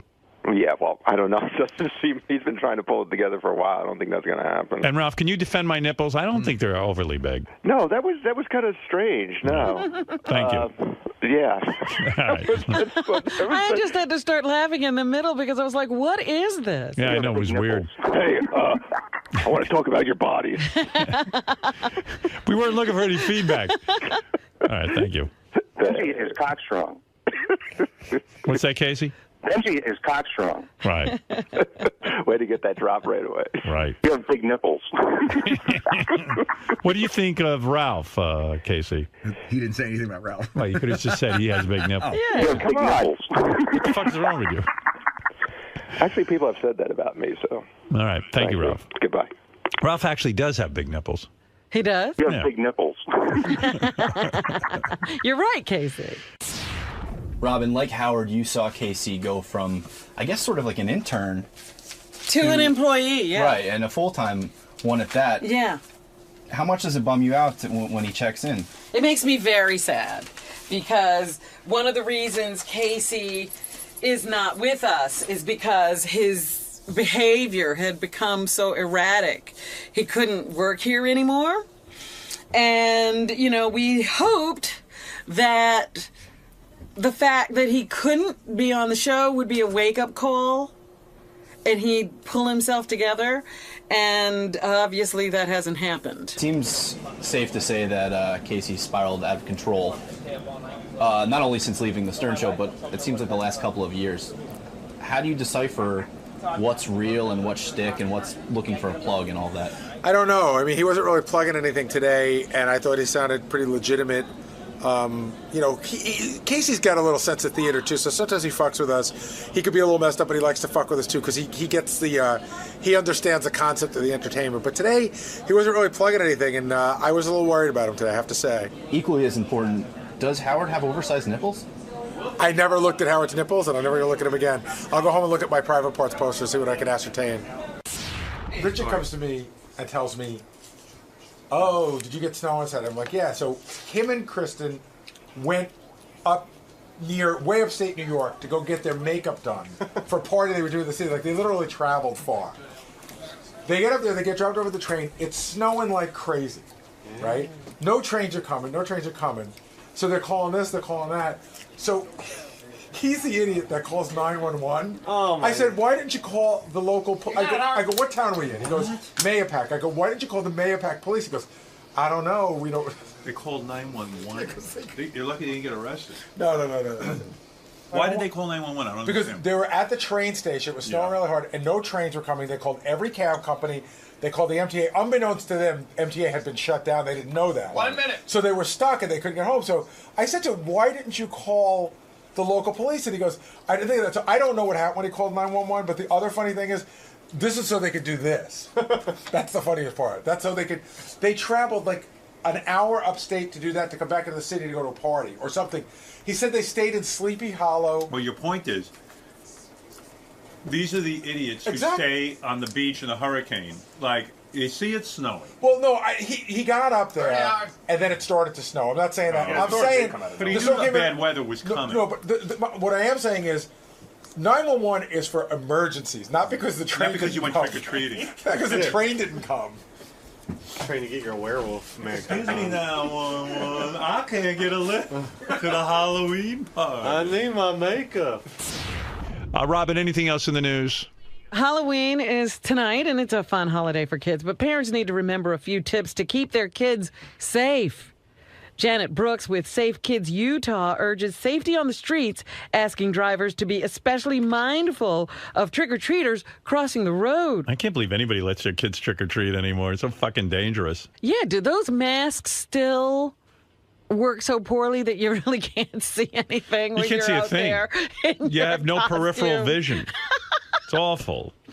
Really, you are sort of like a sitting duck on the road. Yeah. Other tips for parents to follow are to make sure costumes are flame resistant, fit properly to prevent tripping, and to use reflective tape on both the outfits and treat bags so kids can be seen. Parents should also check over all treats for any signs of tampering before letting their kids eat them. A flame resistant costume. Most people don't go to the store and buy, They just like dress up in like some clothes, and then you go to some asshole's house, you got a bunch of pumpkins with candles in them, and your kid's on fire. Stay home. There's a million things that are going to go wrong. It's inevitable. A lot of people have gone to parties because you can't trust to have your kids out there on the road. I like flame-resistant costumes. Make sure your child's in a flame-resistant. I'll put them in an asbestos outfit. I mean, what are you doing already with this Halloween? It's enough. I know. When you've got to take all those precautions, isn't it a sign that maybe we shouldn't be doing this? And Richard's so fucking retarded that, I went into his office to take some photographs of him the other day, and he's got pumpkin candles burning and pumpkin shit hanging up in the office. Right, he's the very one who's going to light a kid on fire. Yeah. Less pumpkins and more work back there. By the way, he said he was going to get a pumpkin scrub this weekend. You know, he even does the whole spa thing. That's nothing. He with pumpkins. So Richard, I guess, goes to a party every year, so he gets professional makeup done. But, of course, he lives in New York, and there's no one who can do his professional makeup. He has to go to, like, fucking Poughkeepsie or something. I don't know, or somewhere upstate New York. Yeah? Yeah, and then so it was snowing. You know, they were calling for snow on Saturday. Right. So him and his wife get on the train, and they go all the way upstate to get that stupid makeup that they get. Uh-huh. And then he gets caught. None of the trains are running because it's snowing so bad. So he's stuck. He's stuck. He called 911. Stop it. Yeah, no, I'm not kidding. He called 911 for a ride or something, or he didn't know what to do. Oh, my goodness. He's as bad as that guy I just played. Yeah, but he's like those retards who go, like people who stay in Miami Beach on the ocean, and they say you have to evacuate, and then they stay, and then you have to go rescue them. He knows it's going to snow. There's no reason to rescue him from Poughkeepsie. Find a hotel room. Of course. Richard, where did you go to get your makeup? Like, this is, by the way, he's 40-something years old. This was what all the fuss was about, so he could look like this. That isn't even that good. I mean, the makeup's not even that great. I mean, it's fine. It's okay, but who cares? You could get that done. You could do it yourself. Hey, that's the most important. It's the most important day of the year for me. Where did you go to get the makeup? Mayo Pack. It's like in Westchester. And you what? The snow came down so heavily you couldn't get a train. Yeah, you called 911. Well, we got dropped off at the train station in full makeup. We looked crazy. Yeah, and. We waited for about 2 hours for the Metro North, and then there was a big announcement, all train service suspended. And we thought it was going to be like the Donner Party, like we were going to have to start eating each other, because we didn't know how to get out of there. Dude, you're in Mayo Pack. It's not you know, like there are some cabs, remote... there are all kinds of things. We called every cab. It was snowing too heavy. Yeah, it was snow. They wouldn't even go, leave to give us a ride to a hotel. So what did 911 do?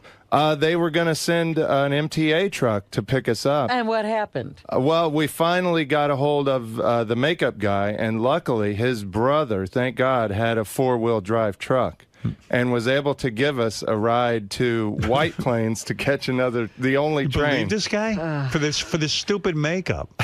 How much do you pay for that? And who are you supposed to be with that makeup? Who the is Wolfman. That? Oh, that's Wolfman? Yeah. Is that who you are? And who's your wife, Little Red Riding Hood? Yeah, she's like the victim, Little Red Riding Hood, after she was attacked. Right. Oh. Yeah. Glad you told me. It took us like 6 hours to get from there back to our home. We were exhausted. How long does the makeup take? A couple hours to do. And what do you do with the makeup? Now you're all dressed up. Where do you go? Yeah. Well, we went to a costume party, but we were so exhausted from our ordeal that we only stayed for a little bit. That's what I figured. After all that, we were just too burned out. Halloween got ruined. There's nobody in New York who does makeup. It's hard. It's hard to find people. No, in Manhattan, no one does that. Not this good. This is my buddy. He does this for movies. Dude, Manhattan has got the greatest makeup artist in the world. I got to believe someone in Manhattan can do that. Well, this guy today, he's doing Good Morning America's makeup. Oh, yeah? He's really good. Yeah. Yeah, but I bet you they didn't go to see him in Mayo Pack. What do you pay him for that? I gave him like $140. That's it? That's the cash I had on me, but I'm going to send him some more. Yeah. Yeah. I got to send him the werewolf hands back, too. He loaned those to me. Real good. Yeah. He's awesome, though. He did a vampire movie called Stakeland that you guys should see. It's I'll run awesome. that out. Okay. Richard. Yes? Come on, man. You don't think you overreacted a little bit? Well, we were worried. It was just us and 3 Mexican migrant workers at the station, and they didn't even speak English, so we didn't know what to do. We couldn't go anywhere. Did you give them a ride to White Plains as well? No. Real we nice didn't, because my friend came in a truck, and it's like it'd be too dangerous for them to ride in the back of the truck, so I think You don't think a couple of migrant workers... They were on the phone with friends before? of theirs speaking Spanish, so I'm assuming they got a ride. But really, you know that 911 is for actual emergencies. This doesn't constitute an emergency. Well, we tried to call Metro North, and the line, nobody would answer. And somebody told us before they left the station, they said call 911. The cab company said call 911, and they'll send MTA out to get you guys. So we would have called MTA directly, but they wouldn't answer. So all in the name of Halloween. So now that it's all over with, Halloween is today. Do you feel like you just missed out on a golden opportunity? You had this great makeup, you had a costume party to go to, but you were too burnt out by the time you... Well, we still got to go at least.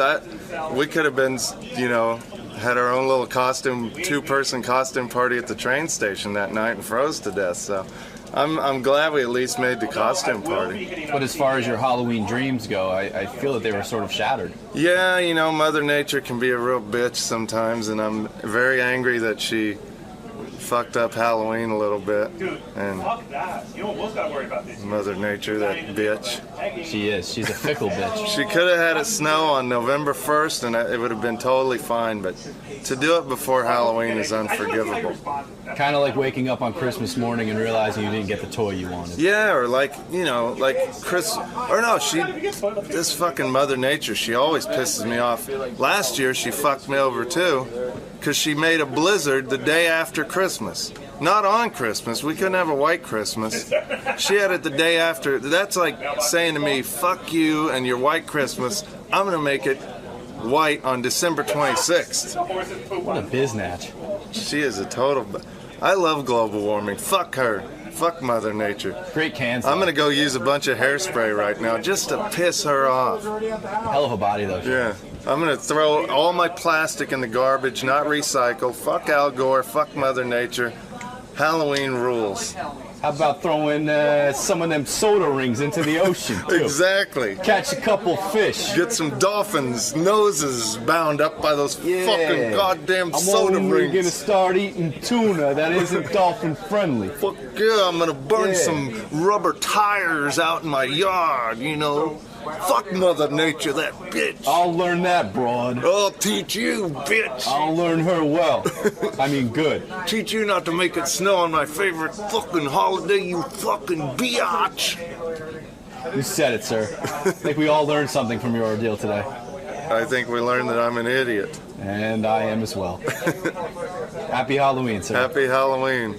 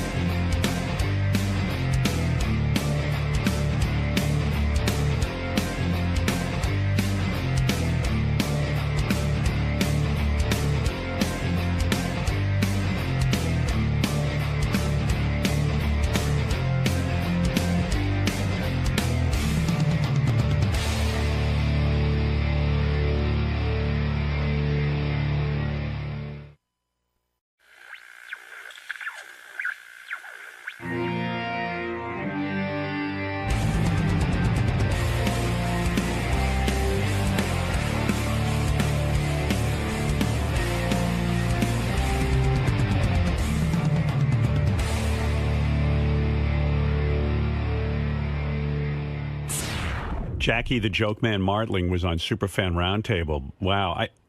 I heard his interview. Mutt did a great interview with Jackie, and Jackie was just, again, talking about his contract negotiation and why he isn't with the show. And this is hysterical. I mean, look, they were asking him about it. Yeah, but I mean... But it's all it's so misguided. Why would you even continue to talk about it? See, if I play it, you're going to get all worked up, as I did when I heard it, but... Because you're going to start arguing with a piece of tape. Well, work me up. All right. I love Jackie logic. All right, but okay.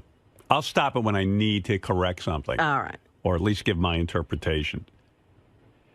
You want to get worked up? I know it's going to happen. I always think that I'm over it.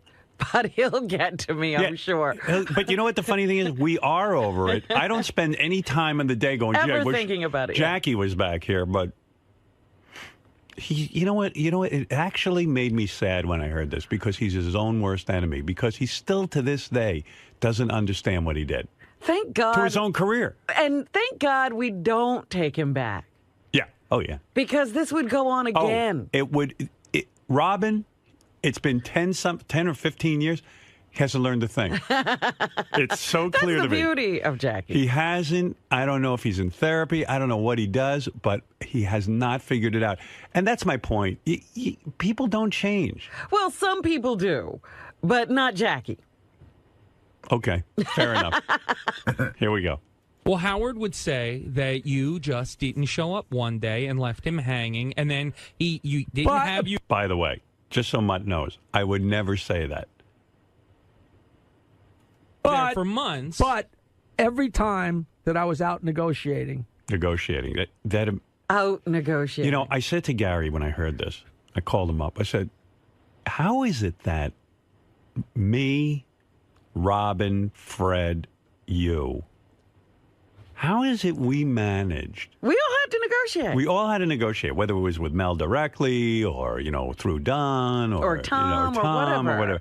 But how is it we all ended up never missing a day of work, even with our negotiations, quote unquote? Jackie always had to leave. Yeah. Sometimes for weeks. And to me, it always felt like, hey, I can walk away, you guys carry on, and when I'm done negotiating, just how did we all manage to get a contract without walking out the door? But by the same token, it wasn't that he left us hanging. Yeah. It was that we didn't know he wasn't showing up.